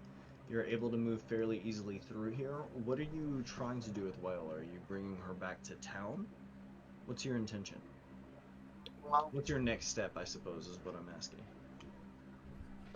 I suppose we should leave Viola, I guess, outside of the cave, so that she doesn't have to try and deal with this. But we, does Ashta understand my intention? Well, like, yeah, basically, we can take her, transport her at least to the water. Let me put you back on the map so you know, because outside of the cave would essentially mean sitting over here on the exterior of Finnegan's bucket. No, I think he was more talking about getting her to the water and letting her have the choice. Yeah, like she can stay here with. I would like her to stay with us, like, so that she can help us in some way. But I also don't want to have her like thrust in the battle right after she's dealt with all this like really heavy shit. So Okay. like, I basically want to find a place that would be safe for her to stay while we finish exploring the rest of the cave. Or the rest of Finnegan's bucket. To stay. I mean, you could always just bring her back to the island. As far as you know, that seems to be a safe place to stay. But I mean, again, while we're finishing exploring the bucket, like we want to deal with the rest of the bucket before we. I know most of the first floor is already dealt with. There's that one corner that may have. I got you. So essentially, you guys are dumping them. That's fine. Well, just for now, we're like, yeah, I'm hoping we can convey. Totally okay. No worries. Yeah. Okay, so you guys dispose of your baggage, like back in town, and let me get rid of Ashta here.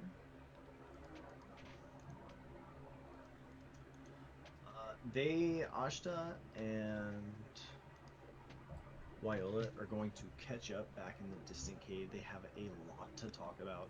Yeah. You guys are headed back into this cave. What would you like to do? I would like to turn into Cesarthic and use my stealth before we go much further. Well, I know that we want to hit where the serpents are, and then like the big mama jamba. So Yeah, let's do that. Bruce is down to sneak. I have a +8 to sneak, so let's use that. You punch your sneak into the blue bar. What's that? But you all essentially know the layout of this first level map. Okay. There are bone spitter bats.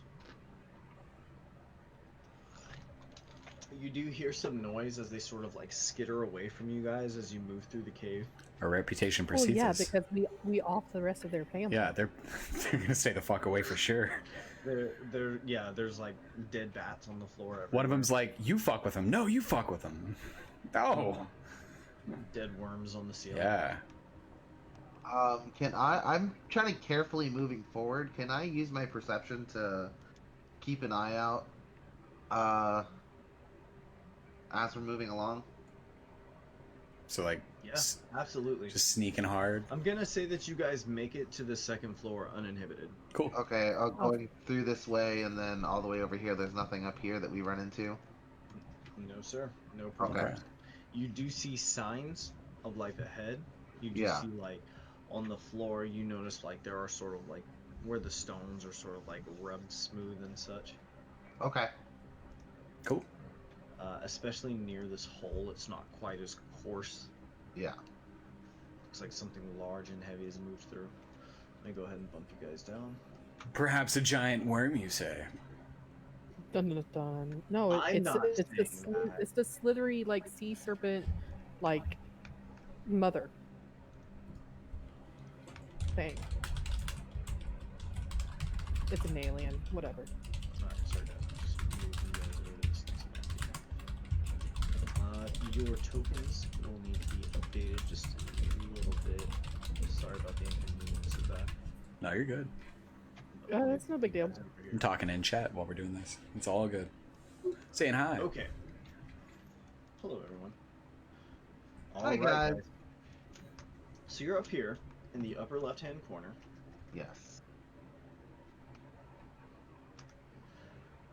The cave ahead of you, so far, you sort of descend down this like rough, rocky slope. And it's exceedingly quiet. There's like the gentle gurgle of these streams as they sort of like naturally run downhill throughout the cave system. You do hear like the occasional like splash as maybe like some sort of weird cave fish hits the water eating some kind of bizarre cave insect. Womp womp. Look, bad roll. Oh, did you want perception checks? I did. Yeah. I just wanted to keep like. Well, Buttercup has night vision, so she's going to she's gonna creep along. You have dark vision. Dark vision. That's what it is. Buttercup. Okay, so that's an 8 to look around and notice things. Yes. Yes. All right, let me see. Do you want me to roll too? Okay. I got a crit. Low key crit. Holy shit. That would be really nice, but you can't see in the dark. Oh, fair. Yeah. I don't know what to tell Oh, you well, about that. I'm gonna I have light stones. I've given people light stones that. Have you given people light stones? Yeah. I still have like Bruce should still have that light stone that I've given him. I gave him a while back. Okay, I will say this. Buttercup, up ahead, you notice a large ceiling worm sort of dangling off the ceiling. And you sort of hear as Bruce speaks up from behind as he points out that he sort of hears noises coming from the south area. Buttercup nods and then she Sliding she noises. she tells her party, there's a ceiling worm, and kind of points out to where it is. But it's far. I don't know if she knows they probably can't see it, but she's just letting them know. Especially since it looks like the only way we can move through there is we're gonna be passing by it. On a lighter note, Leger just subscribed. Thank you, Leger. We really appreciate the support, and you're a real one. Hope you're doing well during COVID. Let's get back to this worm. Sorry, guys. No, it's all good. So you relay that to the entire party? Yeah. Okay. And then she's gonna go sneaky sneak. Okay. Can Bruce just cast light on his pants?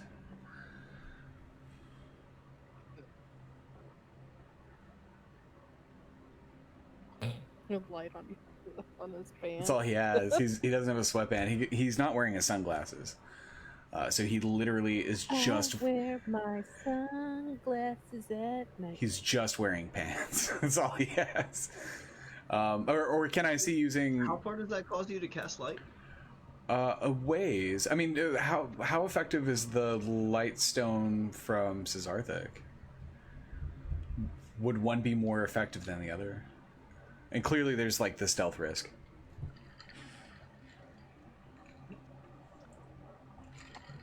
Excuse me, sorry.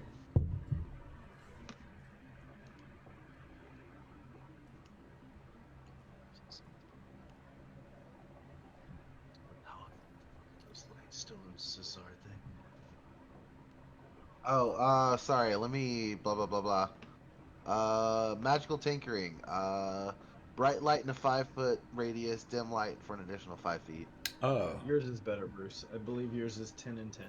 Would the light stone be more alarming to a ceiling worm that we're trying to sneak by? Well, Buttercup's just gonna go ahead and try to take it down. She Oh. can sneak up there. Oh, fuck yeah. She can. Yeah. Yeah, Buttercup, since you know where it is, it's no problem just to stand there and cheese it until it's dead. Cool. So you're just going to kill it? Nice. Yeah. Okay. No problem. You kill the ceiling worm. It just like shudders as you continuously stab it or shoot it or whatever it is you do. Was there anything down over this direction in this little branch of the cave? You walk over there? I'm actually going to toss one of my light stones out over there, out into this area over here. Okay. As you toss a couple, or rather, as you toss a light stone over there, roll me a perception check. Alrighty.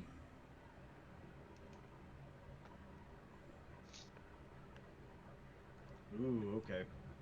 So, you don't quite see what it is they are, Okay. but as you throw your light stone, you see a couple dark shadows sort of move away towards kind of the darker crevices of the cave where the light doesn't quite hit. But they sort of respond to the stone sort of clacking against the stone. And Bruce and Buttercup, as you guys move ahead, in the dead silence of the cave, you hear this sort of like clacking as there's a sudden like motion behind you guys. And looking back, you just see it's Cesarthic. I call back. Stone. I call back to Buttercup. Not Bruce? No, Buttercup, because she can see in the dark. Okay, well, But- Bruce is... Oh, does Cesarthic not have dark vision? Dark vision? I don't believe I do, actually. Do Oh. you have dark vision, Cesarthic? Did you give it to me? I think you I'm might pretty have. sure only Cesarthic has dark vision. Yeah, I think you're right, I do. Okay. If that's the case, then I wouldn't need that stone, I guess, would I? Okay, I was under the impression that I've forgotten about that entirely. that's fine. No problem. I was kind of thinking maybe you did, but when you didn't say so, like, I wasn't sure anymore. I'm pretty sure that was a thing that you and I worked on, because you Yeah. are basically an artificer armor reskinned for this lore. And then Yeah. Buttercup As a has... Jekyll Hyde character. Buttercup would have Umbral Sight, right? Yes, and Buttercup's just like the badass outsider who just survives in the wilds. So Cesarthic, Yes. I'm gonna say this. As you throw your stone, right, especially with your dark vision and the Yeah. movement kind of catching your eye, the shadows do nothing to hide these two giant leeches who sort of just like dart into kind of the corners here and attempt to Where? hide from the light. Do I have an angle on one of them? No, they kind of like dart into like kind of out of sight, kind of pressing themselves up against the wall. They're alarmed, but Okay. it doesn't look like they're trying to engage with anything. You can go over and kill them if you really want to. You don't have to. I kind of do just to make sure there's nothing behind us that sneaks up. Your choice. I motioned for Bruce and Buttercup to come back towards me. Okay. Bruce will definitely do that. Bruce is gonna cast light. Same with Buttercup. Bruce is gonna go ahead and just cast light on his pants. But it's gonna be like a slightly dimmer red light because I'm pretty sure I can pick I can pick the color, right? You can pick the color, yes. Would you like to do a red light? Yeah, it's gonna be a red light that just kind of like makes Bruce's rippling flesh glow like this soft crimson. I am gonna say it's gonna take about 5 minutes for your eyes to fully adjust if you decide to do red light. That's fine. Okay. But it won't. Will that help me out a little bit more on like sneaking? The red light? Yeah. You're not sure. Oh fuck. Okay. But the red light is low light. Okay. That works. Roll me an insight check. Roll me a wisdom That's check. way You've got a lot cooler. to think That's about. way cooler. Actually, okay, yeah, never mind. No! I'm just gonna say with that, you have no idea. Oh no! Don't even worry about it. Okay. So what would y'all like to do? Buttercup Oh, is man. going to sneak to down where the light stone is, and she has her bow already drawn to get closer towards these giant leeches, and she fails this time. All right, go ahead and roll me an insight check, Buttercup. Do so at advantage. Nice. Very nice. Did I say insight? Yeah, you can say Perception. insight. I'm at perception. I'm sorry. Okay. Ooh, okay. Okay. So, Buttercup, you know there's two giant leeches up ahead. You're not sure where they are. As far as you can tell, you seem to be able to see this whole cave area here. Cesarthic, you know that they're pressed very tightly into like the sides of the wall here. Okay. So, guys, just for the sake of brevity, we are 5 badass motherfuckers. Savannah rolls like an amazing goddess, and we've got fucking Cesarthic. Look at that thing. And then we've got Bruce Fantana. Let's just fucking run in there. True. I'm going to move over to the side and go ahead and see if I can spines one of them. Ooh, God. Oh, Jesus. Wow. Okay. 6. Cesarthic, you run in there and you just blast one of these giant leeches just off the wall. It collapses onto the floor in like a writhing mess before shuddering and dying. Does Bruce see one of the other ones? Roll me a perception check, Bruce. Oh. I am gonna say you do it at advantage as this thing is like writhing on the floor and there's all this motion all of a sudden as you guys are like running in. That's a freebie. Thank you. So with a 15, that will absolutely work. Can I just punch the You do shit out of see it? the other one, yes. Go ahead and roll me initiative, everybody. You guys go in on this giant leech. This poor thing. You know what, Buttercup? Just tell me. What, go ahead and you're rolling your attack. I take it. Yeah, she's just gonna run in there with her dagger though. All right, go ahead and roll it up. Do I still get the Gloomstalker too because of it? Absolutely. Yeah. Roll it all up. Oh God. Yeah, I mean, you could probably stop there, probably. Okay. But you got like so many other rolls. That will suffice, Buttercup. This, as this spine sort of like flies out of the darkness over your shoulder, it's this kind of like nasty black, like long bone, which sort of just like with a like is flung out of the darkness, and it like spears into this leech, which sort of like shrieks and hisses as it like recoils violently on the ground. And as this happens, like there's this like movement on the wall, and out of the corner of your eye you turn quickly and just like dive at it, knife forward with your palm sort of pressed up against the pommel, and you shove your knife into something you're not sure what yet. Tell me how you kill this thing. Oh, like so as soon as the dagger first pierces through the flesh, she twists it a little bit, then pulls it back out and just starts repeatedly stabbing over and over and twisting the blade each time Yeah. to make sure it's fully dead. Okay. It hisses and lashes violently about as you stab it over and over. It sort of whips towards you the first time, and you think like it's about to like sort of bite at you. But after you see its mouth sort of like close and open several times in rapid succession, you sort of know it's just like you're like, okay, nerves firing, you're good to go. Yeah. It sort of lashes about and falls dead on the ground. Easy for breezy. Roll me a perception check, everyone, as you sort of have this little scuttle in the dark. Sure. My perceptions rolls have been awful. 15. Oh, crit. Okay. Cesarthic, you're the only one to hear it, but you hear something loud and heavy, sort of like huffing about in the darkness. Ooh. And then there's sort of a slide and a very faint splash. I'm going to stealth and slowly move out this way. Okay. Buttercup, after everything is done, you know, she's covered in, you know, like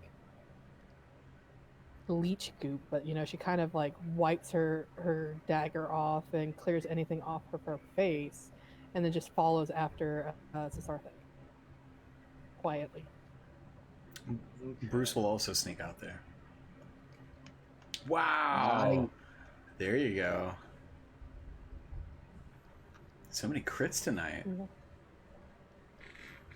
Yes. Wow. Okay. Beautiful, everybody. Go ahead and proceed. What would you like to do? Oh, The cave goes quiet once again. It's dead silent as far as any of you can tell, except for the faint gurgling of the water, Bruce rolled it. an occasional drip. Bruce got a 24. Wow. Yeah. All right. At this point, Buttercup's gonna pause. Can I roll a perception to see if there's anything ahead of where she's at? She just passed where the dead worm is. When she stops, Bruce stops.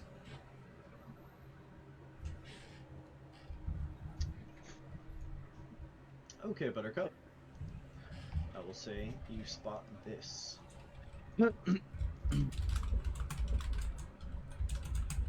She relays back to the group. She's all like, another ceiling worm. Same And she- trick. Yeah, pretty much. Alright. Kill it till it's dead. No problem. See it in advance. I assume you do this with your knife? With the ceiling worm, she'd probably use her bow Oh, that makes sense. because you know it's on the ceiling, and she's mad short. Roll me a perception check, everyone.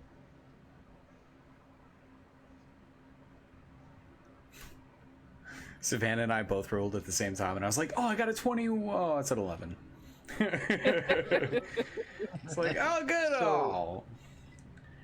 Buttercup and Cesarthic, this time the two of you each hear it as this sort of like large shuffling is kind of occurring. I say large, it's large, but it's very quiet and it's sort of occurring up on the ceiling in this direction.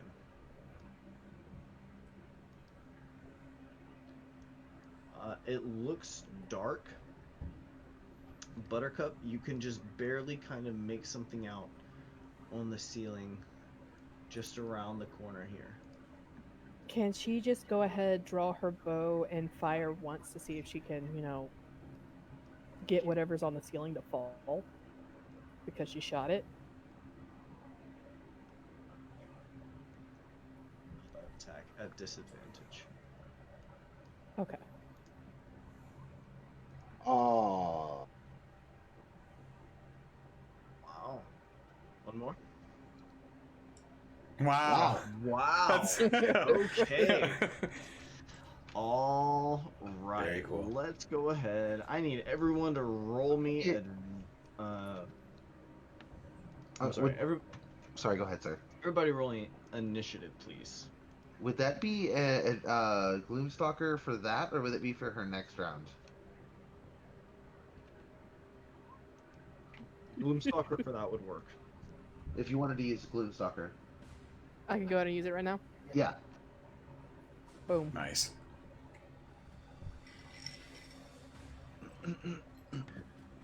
Okay, excellent, everybody. Buttercup, as you guys are all kind of watching, Buttercup, who's sort of like squinting off into the darkness, sort of like pauses and holds up a hand, and then she sort of like reaches into her quiver, tightens the bow, tightens up her arrow, and with the like fires off an arrow into the darkness. It's silent, and then you guys hear like a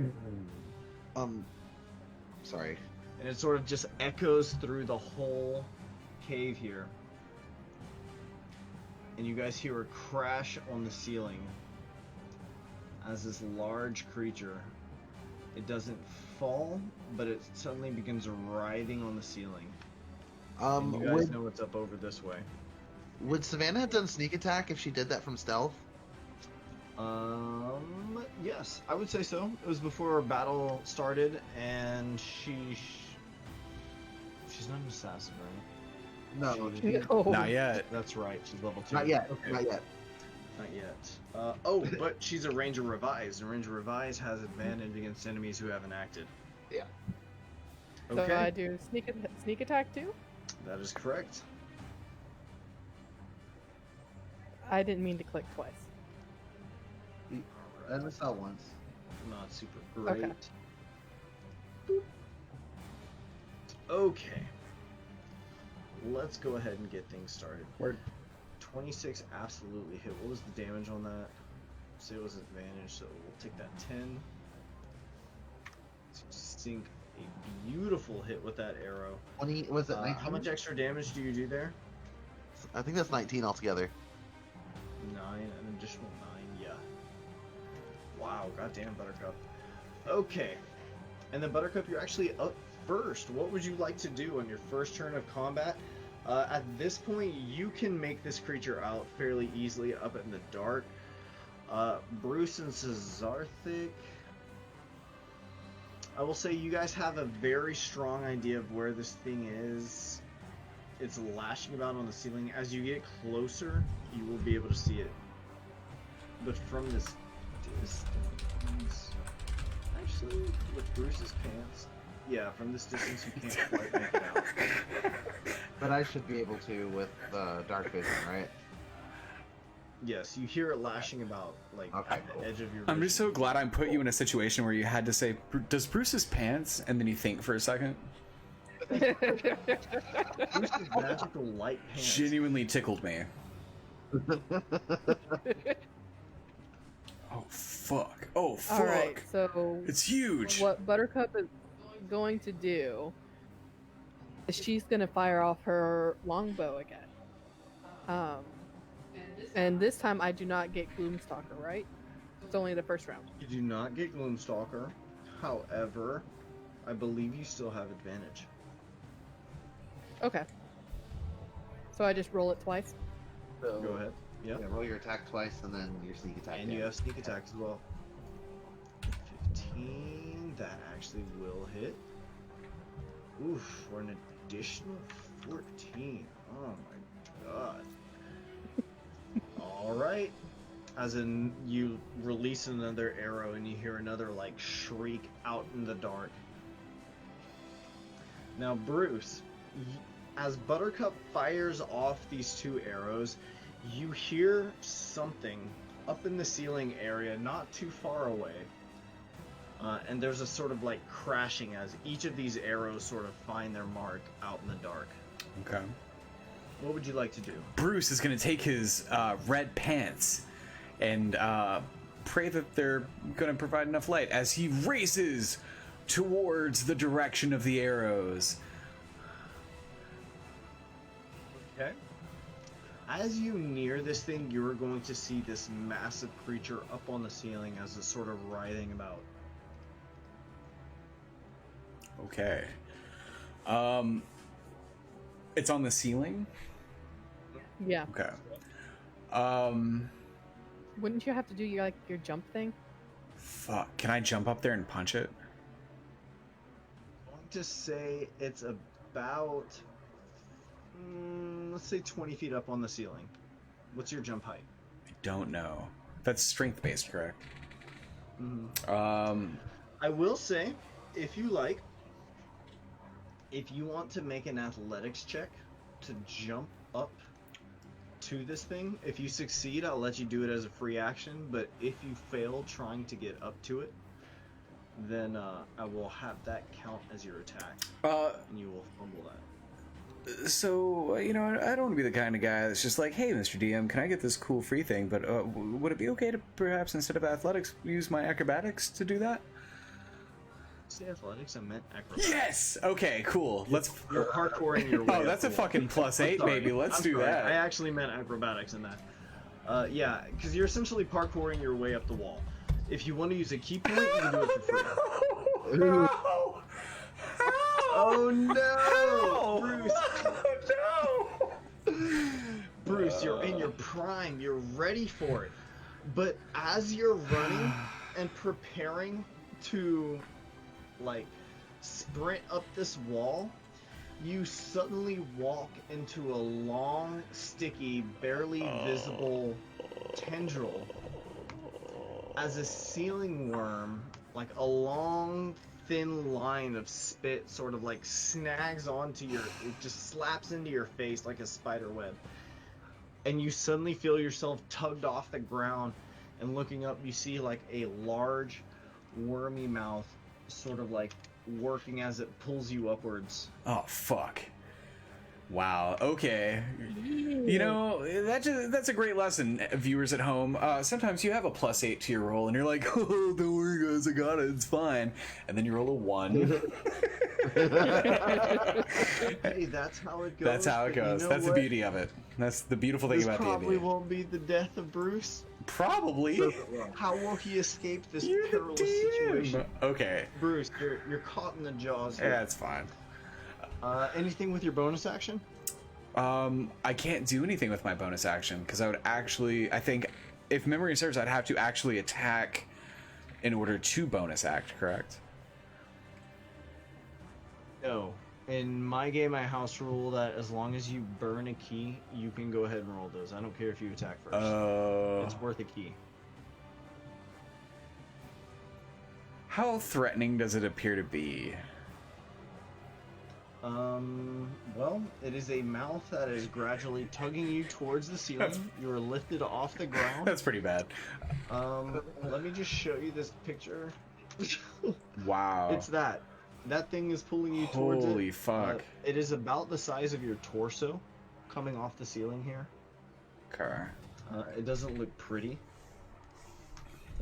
It's whatever you want to do. It's whatever, Bruce. You're being tugged towards the ceiling by a giant ceiling worm. How- How do you feel about that? How, I mean, yeah, I guess I gotta burn a key though. I've only got 4 key. You don't have to do anything. That seems like a bad idea to not do anything. Yeah, fuck it, I'll punch it. Yeah, good. It may not be. I mean, okay, so you want to burn a key and roll your attack? 14 to hit. Do monks get one additional unarmed strike, or do they get two? So monks get the It's flurry of blows, right? You yeah. get two, right? So it's 2 bonus, and I can knock it 15 feet if it fails a save for each bonus, not the initial attack. I believe is how that works. It might actually be all attacks. Interesting. Okay. Something kind of interesting about grapples is that forced movement actually breaks grapples. So that strike can be used to propel yourself away. Oh fuck yeah! So we are going to say that 14 actually does hit, dealing 7 damage. And since you're using flurry of blows, I'm going to have a little strength save. I think it's gonna be a 14 Oh. DC. So it does say 2 unarmed strikes as a bonus action. Yeah, And cool. flurry of You blows. get 2 attacks. But yeah, should What's he your- should he what's save? Your save? Your strength save? It's a DC of 14. Oh. Wow. Okay, so That's that first okay. one's gonna take 7 damage. That's okay. Go ahead and roll that second attack. That one's successful. Nice. Nice. Wow. Additional 8 damage. Okay. I'll just do it again in chat.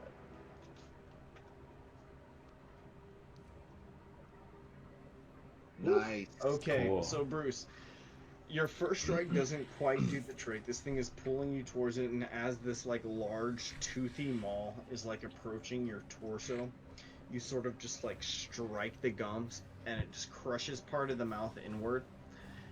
But this like sticky like tendril of spit that it has you on doesn't quite let you go. But as you like go in for like a falcon kick on like the side of it here, it just like blasts you downward and propels you towards the water. You sort of splash as you hit the ground, and then you bounce up into a battle stance ready to go. Do I get an opportunity attack as a as I knock it 15 feet? You do not get your own. You didn't knock it anywhere. You propelled yourself away from That's fair. Okay, it. Because of the nature of the creature, it's stationary. that's totally fine. Okay, cool. Okay. Okay. Okay. And in my So turn. next up is the Serpent Matriarch, which, as you are all watching on the ceiling here, is going to begin glowing this like vibrant blue white color, like kind of all throughout its body. And as you guys are watching, you see it actually has this large kind of vicious stinger on the back of it. And as it sort of like crawls across the ceiling and across the top of everyone here, you guys start to see little sparks and little crackles of electricity along its back. Oh fuck.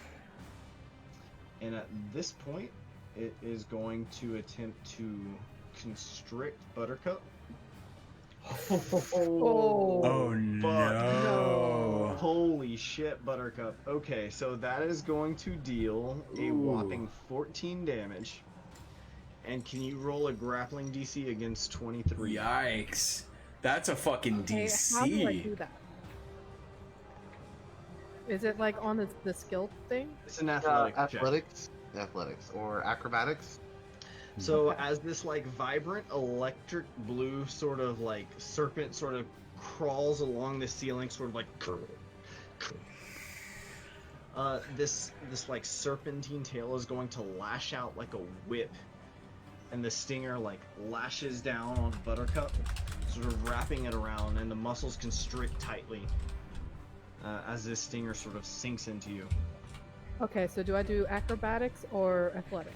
It's athletics at first, and then you can use acrobatics if you like to escape on the next turn. Okay. Just making sure. Grappling's kind of weird. Yeah. Ooh, Buttercup. Okay. So Buttercup, as Bruce and Cesarthic watch, this thing sort of wraps up Buttercup and lifts her up off the ground. No. And Buttercup, you're going to take that damage. Your movement is now set to 0. Cesarthic, save her. And you Let's are see what lifted happens. up off onto the ceiling. Cesarthic, actually, let me see. You're like, I might. I'm gonna try. So Zarthik, this thing is going to try and bite you here. Oof, and you are going to take. What's your AC? 16. 16. You're gonna take 12 damage, man. Yep. As this thing like lashes out and snaps at you. Multi attack. Right. Oh, All right. we are gonna fuck up the Serpent Matriarch. Okay, so Zarthik. All right. That's Because gonna be it with its movement as it's sort of engaging with all of you here. What would you like to do, sir? because of you like to let us use first level spells as bonus actions, I'm going to use my spines and my Seeker Gnats. Oh my god. Okay. Holy shit. So describe to me here what's going on. So basically, as Cesarthic is standing there, the spines bristle, and these small nodules on his back kind of bubble and pop, and these little winged, like little insect things fly from his back as he launches spines and fly at the lizard matriarch and explode on contact. Fuck yeah. Good description. Nice. And then one of the spines that lands in the serpent matriarch explodes in a burst of acid. Okay. It is going to shriek as this happens, taking... Oh my god, how much damage here? 26 damage. Nice. Oh my god. A Fuck whopping yeah. 26 damage. Why do we sneak? We're so badass. This thing like shrieks and rides against the ceiling as it takes this monstrous damage. All of these attacks find their mark. And you guys watch as Buttercup is sort of whipped around violently as this thing recoils from these attacks. Okay, so Zarthik, anything else you want to do with your turn, sir? Other than lay down these epic hits? Blah, blah, blah, blah, blah, blah. Don't think. Oh wait. No, I can't cast that. Never mind. Okay, yeah, I'm done. Sorry. Okay. I was thinking about shield, but we talked about that. I can't use that in this form. All right. Wait, can I use a healing potion You still real have fast? movement. You still have an atmospheric, and yes, you can use a healing potion as part of your atmospheric. All right, let me do the. Keep in mind your tokens, guys, may not be updated with your proper maximum health. Yeah, I already updated. Yeah, Man. same. So let's see. Yeah, I'm gonna go ahead and use my cure wounds on myself. So All right, everyone, reroll initiative if you haven't done so already. Nice. Oh, that was my inspiration. screw that guy. Ooh. Damn, look at you guys. Okay, Buttercup, you're Let me up read first. initiative on You here, are my bad. currently being constricted. You're wrapped around by like this sort of like blue serpentine muscle. Your arms are constricted, but your hands can reach your belt. Is there anything in particular you'd like to do here? Stab, She- stab, stab. She You she can always grabs her, oppose. she's gonna try grab her dagger and try to use her dagger enough to where she can use her acrobatics to get away, but she has her eyes closed right now because she's being whipped around and she's trying not to puke. So, as you're like fiddling for the dagger at your belt, as this thing is sort of like lashing you about wildly in the air, you feel the blood sort of rushing to your head. You sort of close your eyes and feel for your dagger, and finding it on your belt, you sort of wiggle it loose enough that you're able to sort of stab the serpent, like where it's grappling you there. And as it sort of retaliates in pain, you're able to sort of try and wriggle free. Go ahead and roll me that acrobatics check as you attempt to escape from this grapple. As it is going to roll an opposed grapple check. You got this. 12. Hey, you did it. 14. So Buttercup, as your dagger sort of sinks into this flesh and it's hissing as like Cesarthic just lands this like heavy blast on it here, you manage to sort of wriggle free, dropping off the ceiling and collapsing onto the cold stone of the cave floor beneath you. And Bruce, you sort of watch as Buttercup sort of like lands with a heavy thud on the floor. But At that Buttercup, point, she starts like kind of like crab waddling backwards a little bit. go ahead. You are able to get up. If you attempt to move too far away, it will provoke an attack of opportunity, but you're able to get onto your feet if that's what you're trying to do. Yeah, that's pretty much what she's trying to do, and keep mindful of the tail. Okay, very nicely done. Would you like to do anything with your bonus action? Can I use my longbow and fire an arrow at it? Can you do that as a bonus action? I think no. I Leave it to believe the you end. can. I think you can Hunter's Mark as a bonus action. Yeah, I'll do Hunter's Mark. then. Okay, I forgot go about ahead. Hunter's Mark.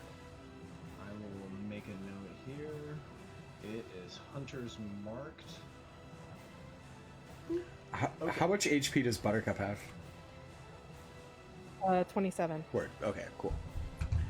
She's a little over half. She's like 3/4. Nice. All right, next up is Bruce Fantana. Bruce, as you're watching this massive serpent up on the ceiling, which is sort of glowing and cackling a little bit with like these sparks, Buttercup sort of stabs its tail and it wriggles free. It's currently on the ceiling. What would you like to do, sir? How far away is it? Or how far up is it? It is about 20 feet up on the ceiling. So, curious question: is the creature itself, is the ceiling itself 20 feet up? Yes, the ceiling itself is 20 feet up. However, these stone areas, which are going to be like these walls here, Yeah. provide access to the ceiling. Okay. So, well, no. What I was getting at is that if the ceiling is 20 feet up, that means the monster is only about 15 feet above our heads, probably just because of its size. As far as it reach Okay, I'm purposes. going to say the monster is 20 feet above your heads, which I suppose puts the ceiling at 25. But that's a good point. You're correct about that. So, Just Bruce is going to expend a key point. Okay, first off, okay, no, this is gonna happen. Okay, so Bruce is going to attempt to use one key point, jump into the air using Step of the Wind, touch the ceiling, and if you will let me, cast Earth Trimmer and try to knock that motherfucker down. nice. That's dope. Okay. What Oh does my Earth goodness. Trimmer do? Can you tell me what Earth Trimmer does? It's just a spell. Hold on. Oh, Let me look it I up. got real it. I quick. got Okay, it. what I is got it? it. I got it. All right. Earth Tremor. What it says is, you cause a tremor in the ground in a 10-foot radius. Each creature other than you in that area must make a Dexterity saving throw. On a failed save, a creature takes 1d6 bludgeoning damage and is knocked prone. If the ground in that area is loose dirt or stone, it becomes difficult terrain until cleared. Okay. What is... The casting. What's the radius? 10-foot radius. 10-foot radius. So that's going to be Bruce. Where are you putting this, Bruce? Where are you casting this spell? I would say Bruce The is spell that Ashta taught you.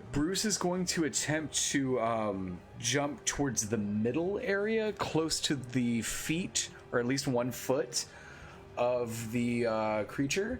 So Go like, ahead and just move yourself to give me. oh sure. some frame of reference. So, oh shit.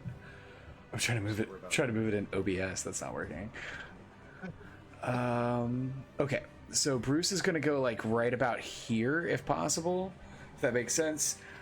Touch the ceiling, cast the spell close to 2 of these feet or so of the creature.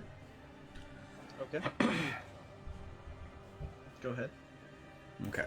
What do I roll for that? And The creature has to make a save. Has to make a Dexterity saving throw. Dex save, yeah. Dex save. I would assume against a 14. 3. Actually, let me just roll this in chat.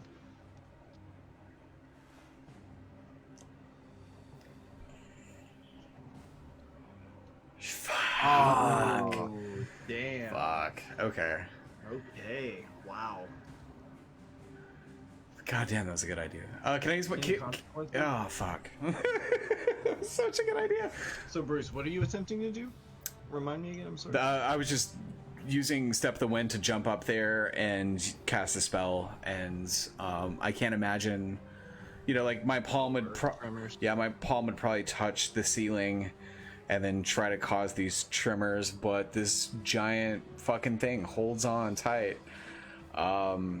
Is Bruce close enough to like punch it, perhaps? With a bonus? Oh, well, I've already. You Step of the Wind as a bonus already, Is that a bonus? right? Yeah, Step of the Wind is a key. Is it a bonus? But- Actually, you might be right. It is a key Dude, point. Step of the Wind is so fucking good. Yeah. I don't think it is a bonus. I think you're right. Well, and it lets you basically take a cunning action too as a bonus. So it lets you disengage or dash as a bonus action, and your jump distance is doubled for the turn. Yeah. So if he uses his movement to jump, then he still has his bonus action. Dude, that's kick If- ass. Okay, so what would you like to do with your bonus action? So I'll expend my penultimate key point to punch the shit out of this fucking thing. Okay, go for it. This is 21 to It's hit. gonna be 2 attacks. One more. Well, first it needs to roll against the save, right? Wow. Okay, yeah, it's a strength save, correct? Yeah. Against a 14. Okay. Fuck. Okay. Oh my god. It's okay. It's okay. I get another. And that's a 19 to hit. For you. Holy shit. Okay, let's do it again. Let's do it again. Let's do it again. Dude, good hits, by the way. Ah, fuck. Okay. No sweat, no well, sweat. That by itself is gonna do it. In all fairness, Okay. it's giant. It's giant. Okay, so Bruce, you are landing these like earth-shattering strikes, right? Landing these whopping hits. How much damage is that? 15? 15. Yeah. As you are just like crushing into the side of this serpent, and you can feel your like knuckles like just busting against like this heavy, like meaty feel of this body as it takes those whopping hits here. All right, but it still stands on the ceiling. Anything else you want to do with your turn, sir? No. Would you like for me to roll acrobatics to like land smoothly? Because he's like kind of just up in the air, like punching this fucking thing and like bouncing around and shit. Actually, yes. Roll me acrobatics real quick, and I'll tell you why in a second. Where? 26. Nice. Nice, Bruce. You land on the stone over here. Nice. All right. Anything else you want to do with your turn? That's it. Any movement? Nope. Okay. Next up is this serpent. Let me see. Okay, that's what I thought. The serpent is now going to drop off the ceiling. This like cackle of electricity along its back now erupting into a large spark. As it drops into the water. Oh fuck. I guess technically Oh it would be fuck. a little bit more like this. sitting on the Cesarthic. stone. Cesarthic. No, I was like, I looked. Nah, I was looking right here, and I moved over I a just second. checked. I just. Nuh-uh, put the I thing was on not the that way. far over. He's right. You were there, man. I know, No, looked. I was checked, I dude. was on the stone. I moved myself slightly over a little bit. Like I was here, and then I moved here. Did you guys see me move? You know what? I'm just gonna say this is our thing. You were in the water. Just don't worry about it. You're gonna take a little bit of damage as this thing drops off the ceiling. There's no sparks dex save on it? bursting. It is automatic damage. You're just automatically going to take 4 shock damage. As the water around you guys, and Bruce and Buttercup, you note this too, as this sort of like electric blue serpent along the ceiling sort of drops off with a heavy like into the water, and there's like this crackle on its back with like and this crash of like lightning as you guys see it like burst off this water just in the surrounding area here. Cesar, I think you're gonna get a little bit fried from it. Not too bad, not too bad. But you are actually up next, sir. What would you like? Oh, you know what? Actually, I'm sorry. I forgot to attack. Let's go ahead, and it is going to attempt to constrict Bruce this time.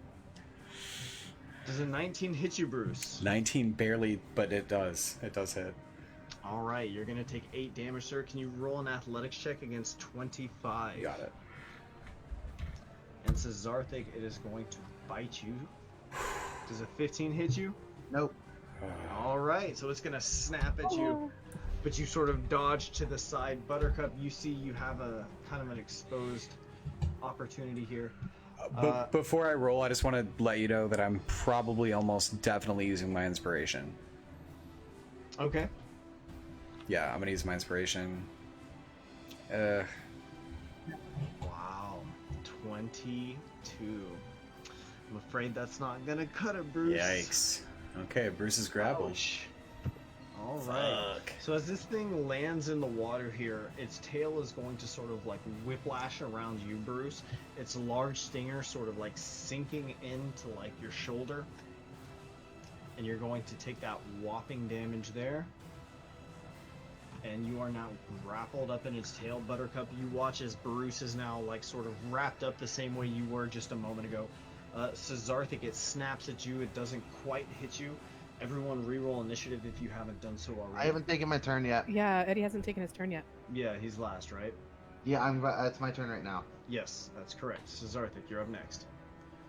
Woo! Cesarthic. Nice. God damn! He's like, hold on, you didn't let me. Drop. He's like, you didn't let me kill him. Yeah, I know, right? Oh my gosh. Okay, so we're looking at 8. Oh, I'm sorry. That's a plus- 15 Constitution save, not a 14. My bad. All right, hold on. Help me process here. So, all right, tell me what's going on here, and tell me how much damage you do. I Walk me am through this vomiting narrative a process. large stream of acid as I fire more spines out of my back at this creature on the ground. Mhm. Or I guess poison, a stream of poison. Okay.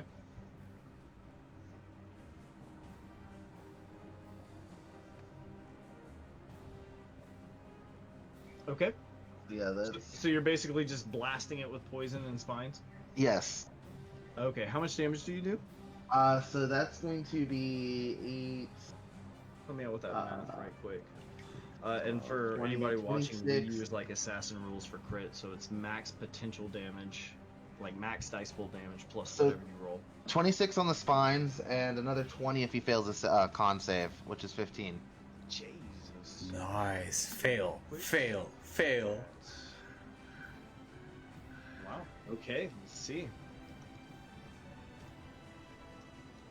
Wow. Ooh, all right. Fuck yeah. So Darthic, Nice. you land a monster hit. Describe to me how this thing dies as it has Bruce Fantana coiled up in its tail. Fuck yeah. Spines land into its chest. The one explodes into a burst of acid. And then I just spray poison into the open wound as it just gushes, like floods whatever open cavity is made by my attack. Primo. Oh my god. Okay, so as the poison just sprays into its wound, it shrieks and the familiar like signs of your particular brand of poison manifest almost instantly, Victor. The black, like thick purplish veins. This thing recoils and shrieks. Bruce, you are actually going to be thrown like a good 12 feet over here. Goddamn. As it just whips you Yeet. towards a direction. I just got yoked. But this thing is going to Gone, collapse Dot. onto the ground dead here. Oh man. Okay. Do I take do I take any damage off that? Roll me a d4. God damn it. We'll take d4 damage. Oh, hold on. A little. 2. That's fine. Yeah, take 2 damage. Okay. Oh shit. So I think just go. Good job, Cesarthic. Good play, good play. Yeah, my Monster hit. Dude. my God, my cantrips went up another die level this I time. see that. 9 plus 11. Yeah. What the fuck? Okay. Okay. So with that, the cave once again goes quiet. Bruce. This large beast sort of thrashes about in the water, kind of splashing before it suddenly comes to a standstill. Bruce collects himself. Do you guys want to keep going for a little bit longer? We've been doing this for 2 hours and 25 minutes. I'm very okay with going, but it's up to you guys. I'm okay. Let's fully explore the rest of this cave. Let's do it. And we can call it that. Does that sound okay with you, Savannah? I'm down. Let's do it. Okay. For the sake of brevity, as you guys explore this cave in this area, you are going to come across like remnants, like artifacts, and evidence of some of the ruined culture. You guys notice like a few bone spitter bats that sort of like flutter out of the darkness as you guys kind of like approach, but they just kind of like fly past you and like out of sight almost instantly. Not actually like have an encounter. Can everybody roll me D100s, please? Let's go ahead and roll for some loot. 9. That's probably not very good. 7. Right there with you. Wow. We get a stick. we all have to share the same stick. Alright.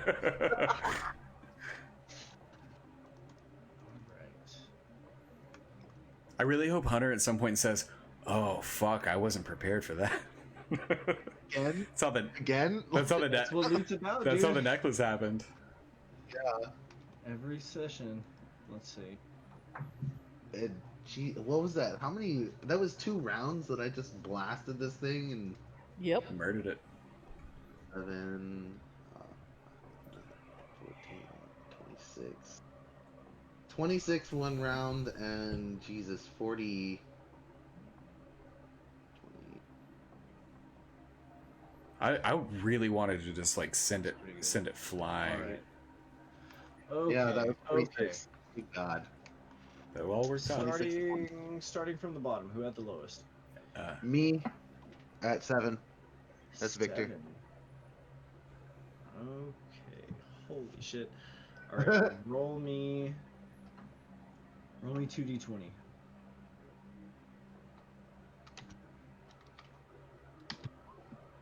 Oh, wrong. We've all done it. We've all done it. I rolled it. 17. 17.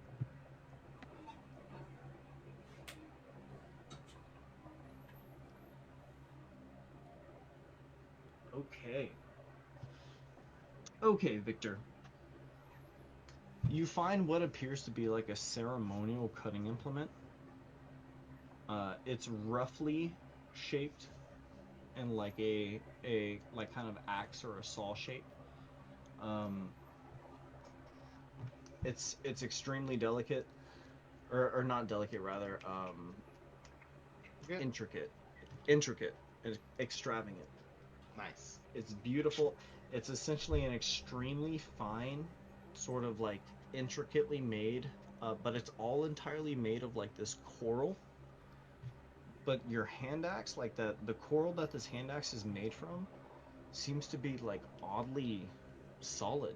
You haven't experienced like really like a shell or like chitin or anything like this before, quite this hard from a living creature.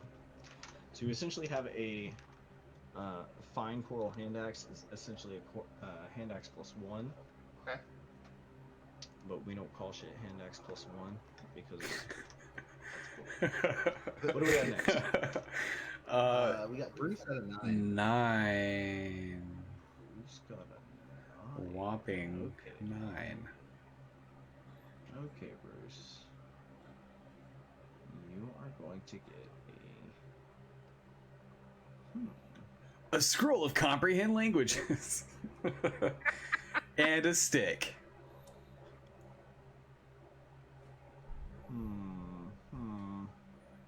I don't like this. Roll one more time at disadvantage, Bruce, D100 at disadvantage. because you can't use this thing. Yeah, D100 at disadvantage.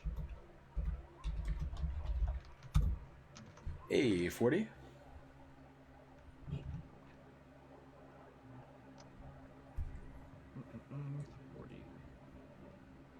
What was the thing I can't use? A lame haircut? Was that it? Because he has these flowing locks. So you're like, nah, fuck that. Reroll. Is that what happened? Wow. Okay. This also isn't going to work, so I'm going to give you the original thing. Essentially, what you're getting here is a shield. Okay. Okay. But the shield has some sort of feel to it that the amulet that you felt before also had on it. The one that Buttercup's wearing? Yes. Okay. This has a similar kind of feel to it. And while you're holding this shield, while the shield is like equipped by you, you have advantage on initiative rolls and perception checks. Okay. As while you're using the shield, it sort of broadens your awareness, your combat awareness. How heavy is it? It's very light, Okay, cool. I'll just give it to. but it's Maybe he made could out be- of the same sort of like thick, hard coral that the hand Cool. axe is made. I'll just give it to Bay in case something goes wrong. Okay. And lastly, what did Buttercup roll? 25. 25. Wow. Okay. it's always Savannah. Savannah, I wasn't dude. prepared for Okay. this. All right, Savannah.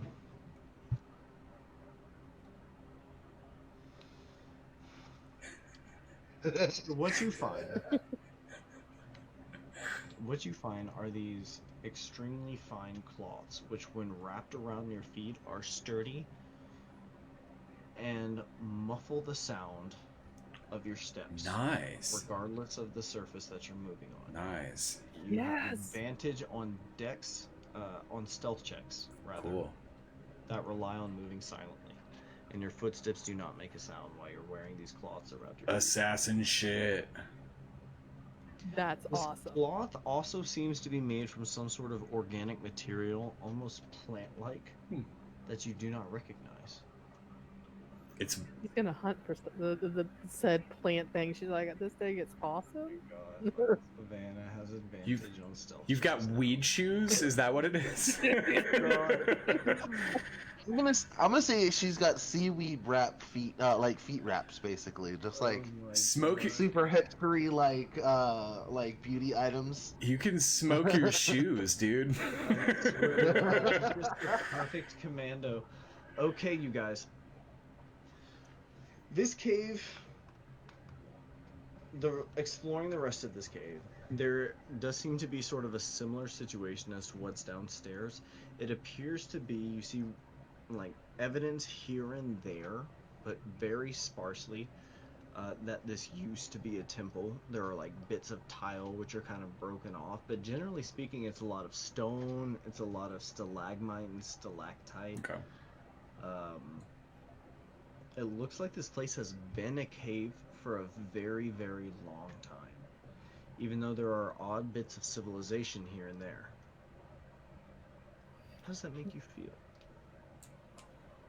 First off, can we roll investigation to see if we find any more priestess parts? Ooh, good question. Those are the priestess parts that you find.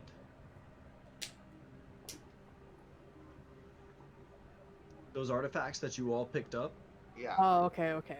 Mhm. Sorry, I was like, wait a minute. I'm Yeah, confused. sorry. The stuff you picked up are like, especially the particular objects that Bruce and Buttercup picked up. It's so my shield is made from a priestess. It's not necessarily. I'm just holding an I don't arm. actually know if it's made like for anybody in particular, but the objects that you have are of particularly fine quality. They seem to be made of unique materials, and Bruce and Buttercup's particular items have a sort of feel to them that kind of emanates, and you are immediately aware of. Oh no! Somebody harvested the ladies.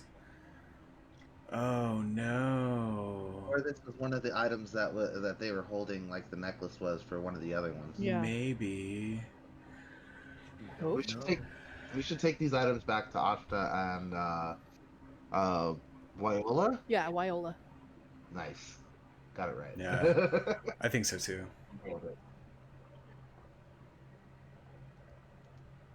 All right. Is there anything I can find of use on the lizard itself for my personal studies? I thought you would like personally like hack off the stinger. Are you shooting for anything in particular? Well, the stinger does look promising as like a new poison source. Do you have an herbalism kit? I do. Go ahead and roll me an herbalism kit check to extract the stinger. Okay. It's large Um, and very solidly affixed Before to that before tip. he does that, Bruce sees Victor doing his thing, and he just kind of looks over at him. And Oh, I don't. excuse me. No, never mind. I was about to say I don't think this one has expertise in it. Sure. So Bruce, like, his muscles constrict and contract, and he looks at Victor, and he just flexes as hard as he possibly can to give him bardic inspiration. Nice. And in the background, Okay. I'm sure you may or may not hear an eagle screech. Inspiration die.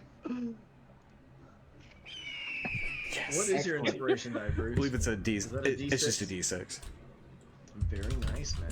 All right. So my roll should be 2 higher, so it should be a 16. Just because of the expertise and my proficiency, or the expertise in the herbalism kit. Okay. And I'm gonna go ahead and roll that bardic inspiration die as well. So that will be a 20 altogether. Wow, with a 20, okay, you are able to extract the stinger in good condition. Nice. Excellent. This stinger is capable of delivering a high amount of damage. Let me see. Let me just check real quick. While he's doing that, she looks at him, while leaning up against the wall because she had, the shit shaken out of her, and she's still kind of like, what the fuck? That was definitely a ride.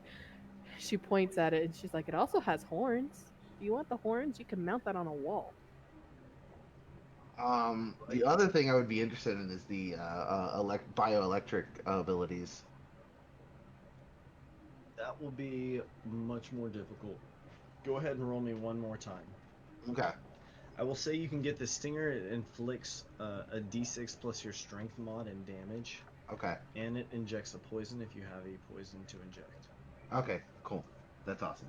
But you're gonna have to load that during a short rest, and you Okay. only get 1 dose per combat I feel like Cesarthic or per short That's rest. rather. fine. Cesarthic earned all of that. Oh my! Oh shit! Oh Wow. shit! Goodness, dude! Holy shit. You That's guys! 2 higher. That's a 27. You guys. Okay.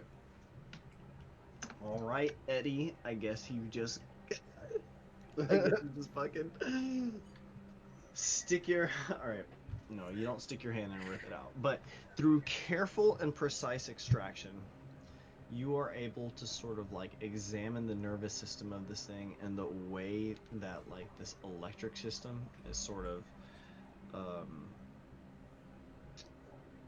expressed throughout the body of this massive serpent. Yeah. You're able to get a very significant sample that helps you understand very thoroughly how this system works. And if you need like a working sample of it in some capacity, you have one. That's just for DM, just for you DM. That's going to be my shocking grasp next level when I get another cantrip. Beautiful. I love that. Excellent. Did you already use your inspiration? No, I did not.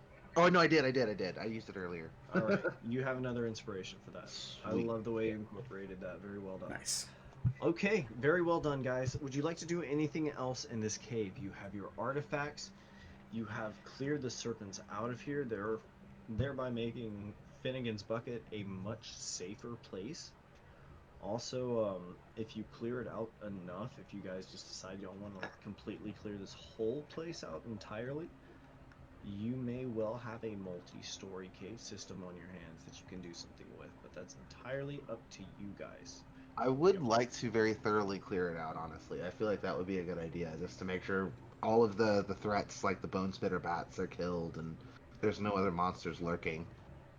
You guys are in agreement to spend, I'm gonna say, like the next like day doing something like that. Are y'all cool with that? Just fast forwarding a day. Yeah. Yeah. With that, Okay. So I will say with that, you guys, if you guys are in agreement that everyone wants to do this. Matt, is that cool? Yeah, I'm worried about Ashta. But yeah, Why are you worried about Ashta? because they're the fucking the things and the new lady and the city's gonna see like the. Did we take her to town? Yeah. Yes, that's you back have in- already introduced Ashta to everybody else. Okay. Well, that's fine then. Yeah. And you actually did a very good job of doing so. Okay. We'll just fast forward a day. So Okay. Viola should be fine. But if we get back and she's dead, I I'm gonna am be going mad. to say this. You guys spend the next night doing your thing. Go ahead and roll me an intelligence check because you're not proficient in the carpenter's tools at advantage because Bruce is helping you out to craft that boat. Hey! Oh my god, 2 successes because in my system a crit gets you 2 successes. So with 2 out of 2, I'm going to say you complete this boat. Nice. You now have a boat. It's much easier for you to get around. You can also ferry people about to and from the island, which helps Old Man Marcus be utilized outside of the island because he can get around. Wow, fucking great job. Sweet. Where else was I? Oh, you guys also clear out all of Finnegan's Bucket. I'm going to say you guys take all day long to do this. You now have all of Finnegan's Bucket available to you. Cool. If you want to do something with this. Very interesting. Very well done. I will spend the in-between time filling this up with civilians. Cool. And in addition to that, that night, as you are all sleeping, and keep in mind this is the first night that, no, this is the second night. Since they tried to bring Bruce down to the depths and it was revealed that Victor Mutare had the orange sphere, Bruce and several other people are going to have a bizarre dream.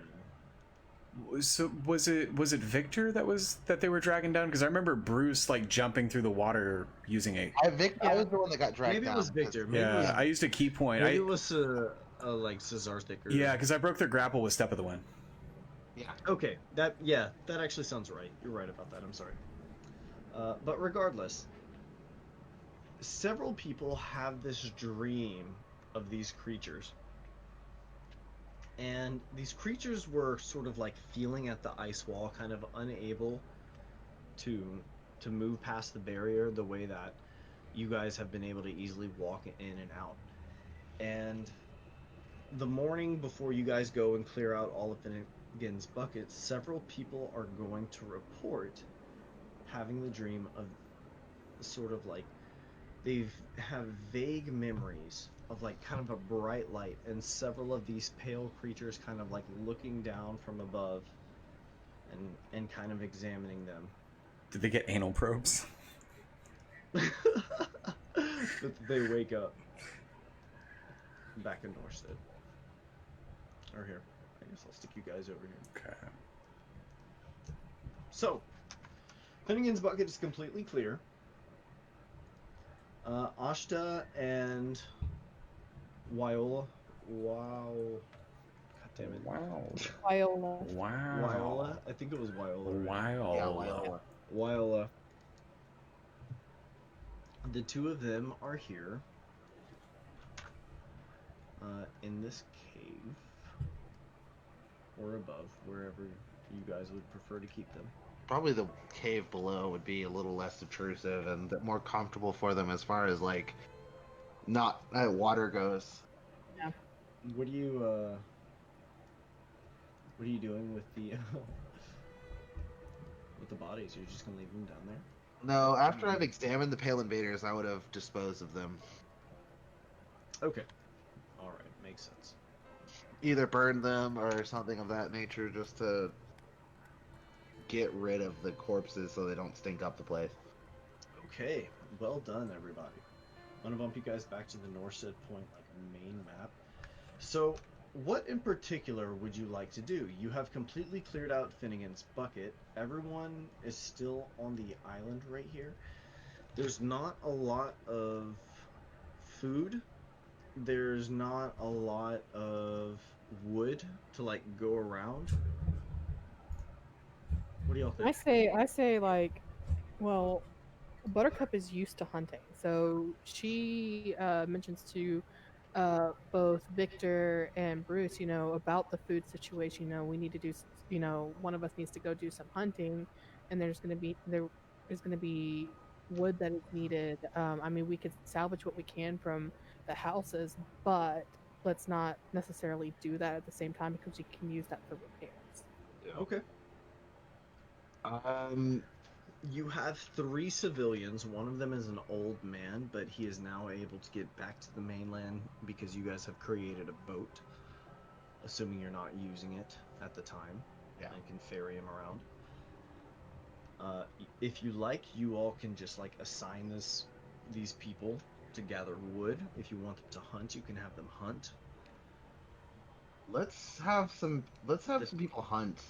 I don't feel comfortable with having people fish just because our enemies are out in the water. So people even Marcus, who can go fishing, I would not want him out on the water in a prolonged for a prolonged period of time.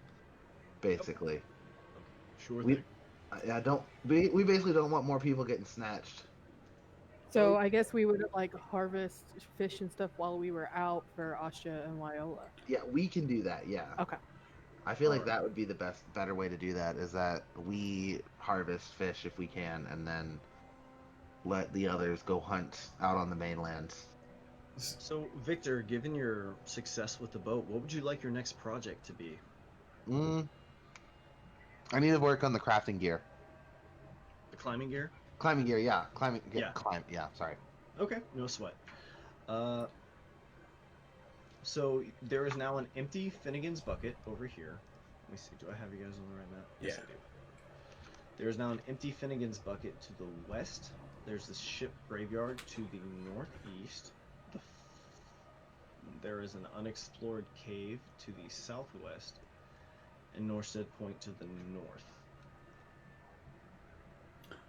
There's also a deep, dark abyss beneath this floating island of ice. So it might be a bit of a scene, but when Bruce gave Ashta the shield, did she react?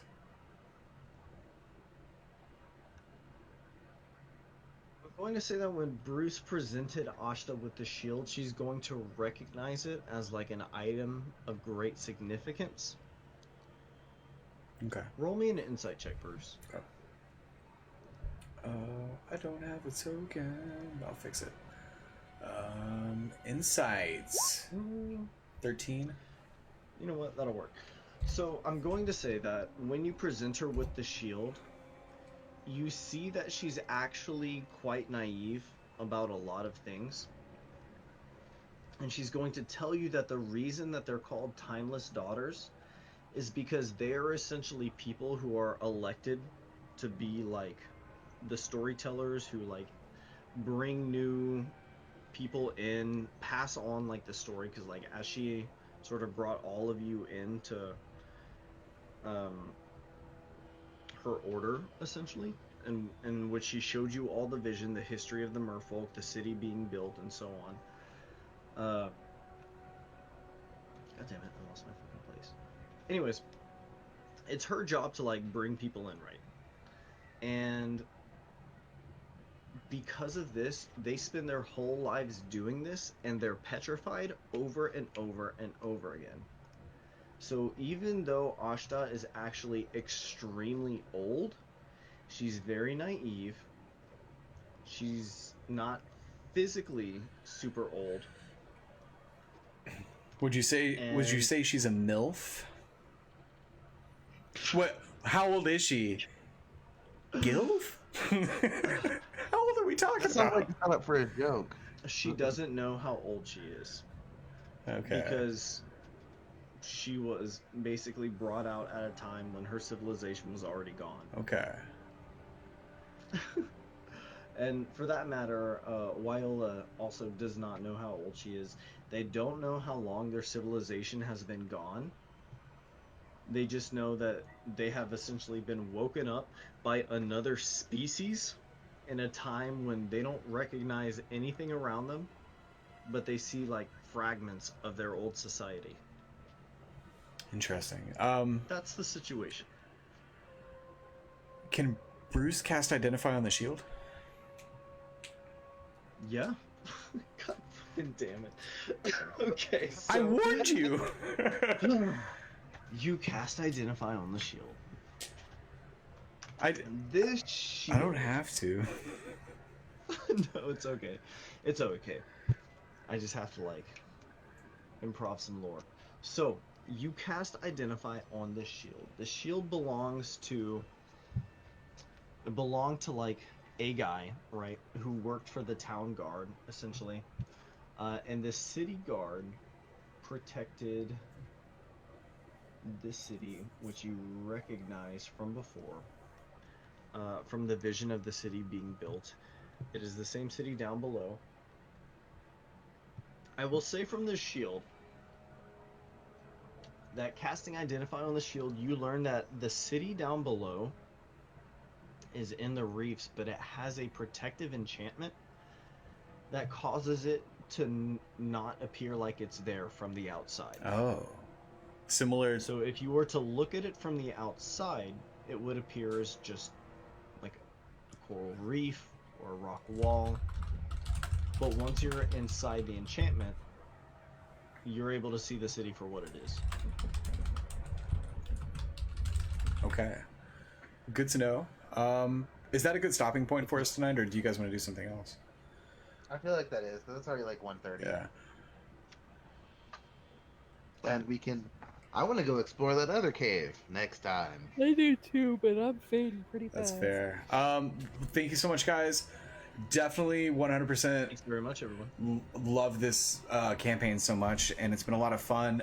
Thank you, Mike, for stopping in. Thanks, Devin. Thanks, Leger. Thanks to all the people that I may have forgotten. Savannah, thanks for popping in chat. Love you guys. Really appreciate it. Don't forget, you can tune in Monday nights at 6:30, Curse of Strahd, more live D&D, and then Wednesday we're gonna finish up Eddie's Harrowing of Bilgewater. So we do 3 days of D&D, and it's a blast. Yeah, maybe I can talk everyone into doing a special session before Thursday of Norstead Point. Don't forget, you can check out Eddie and Hunter's amazing D&D podcast, Ad Proficiency, at so many places: nerdjamtv.com, Spotify, iTunes, and SoundCloud. Do you guys have anything you want to say before we sign off? Thank you Thank for you guys joining us, for everybody. watching. Yeah. Yeah, thank you guys for watching, joining us, experiencing the story with us. It's awesome. Yeah, Norstead's tight. Good work, Hunter. Good work, Savannah and Eddie. As always, it was fun. And yeah, y'all have a good night. Thank you so much.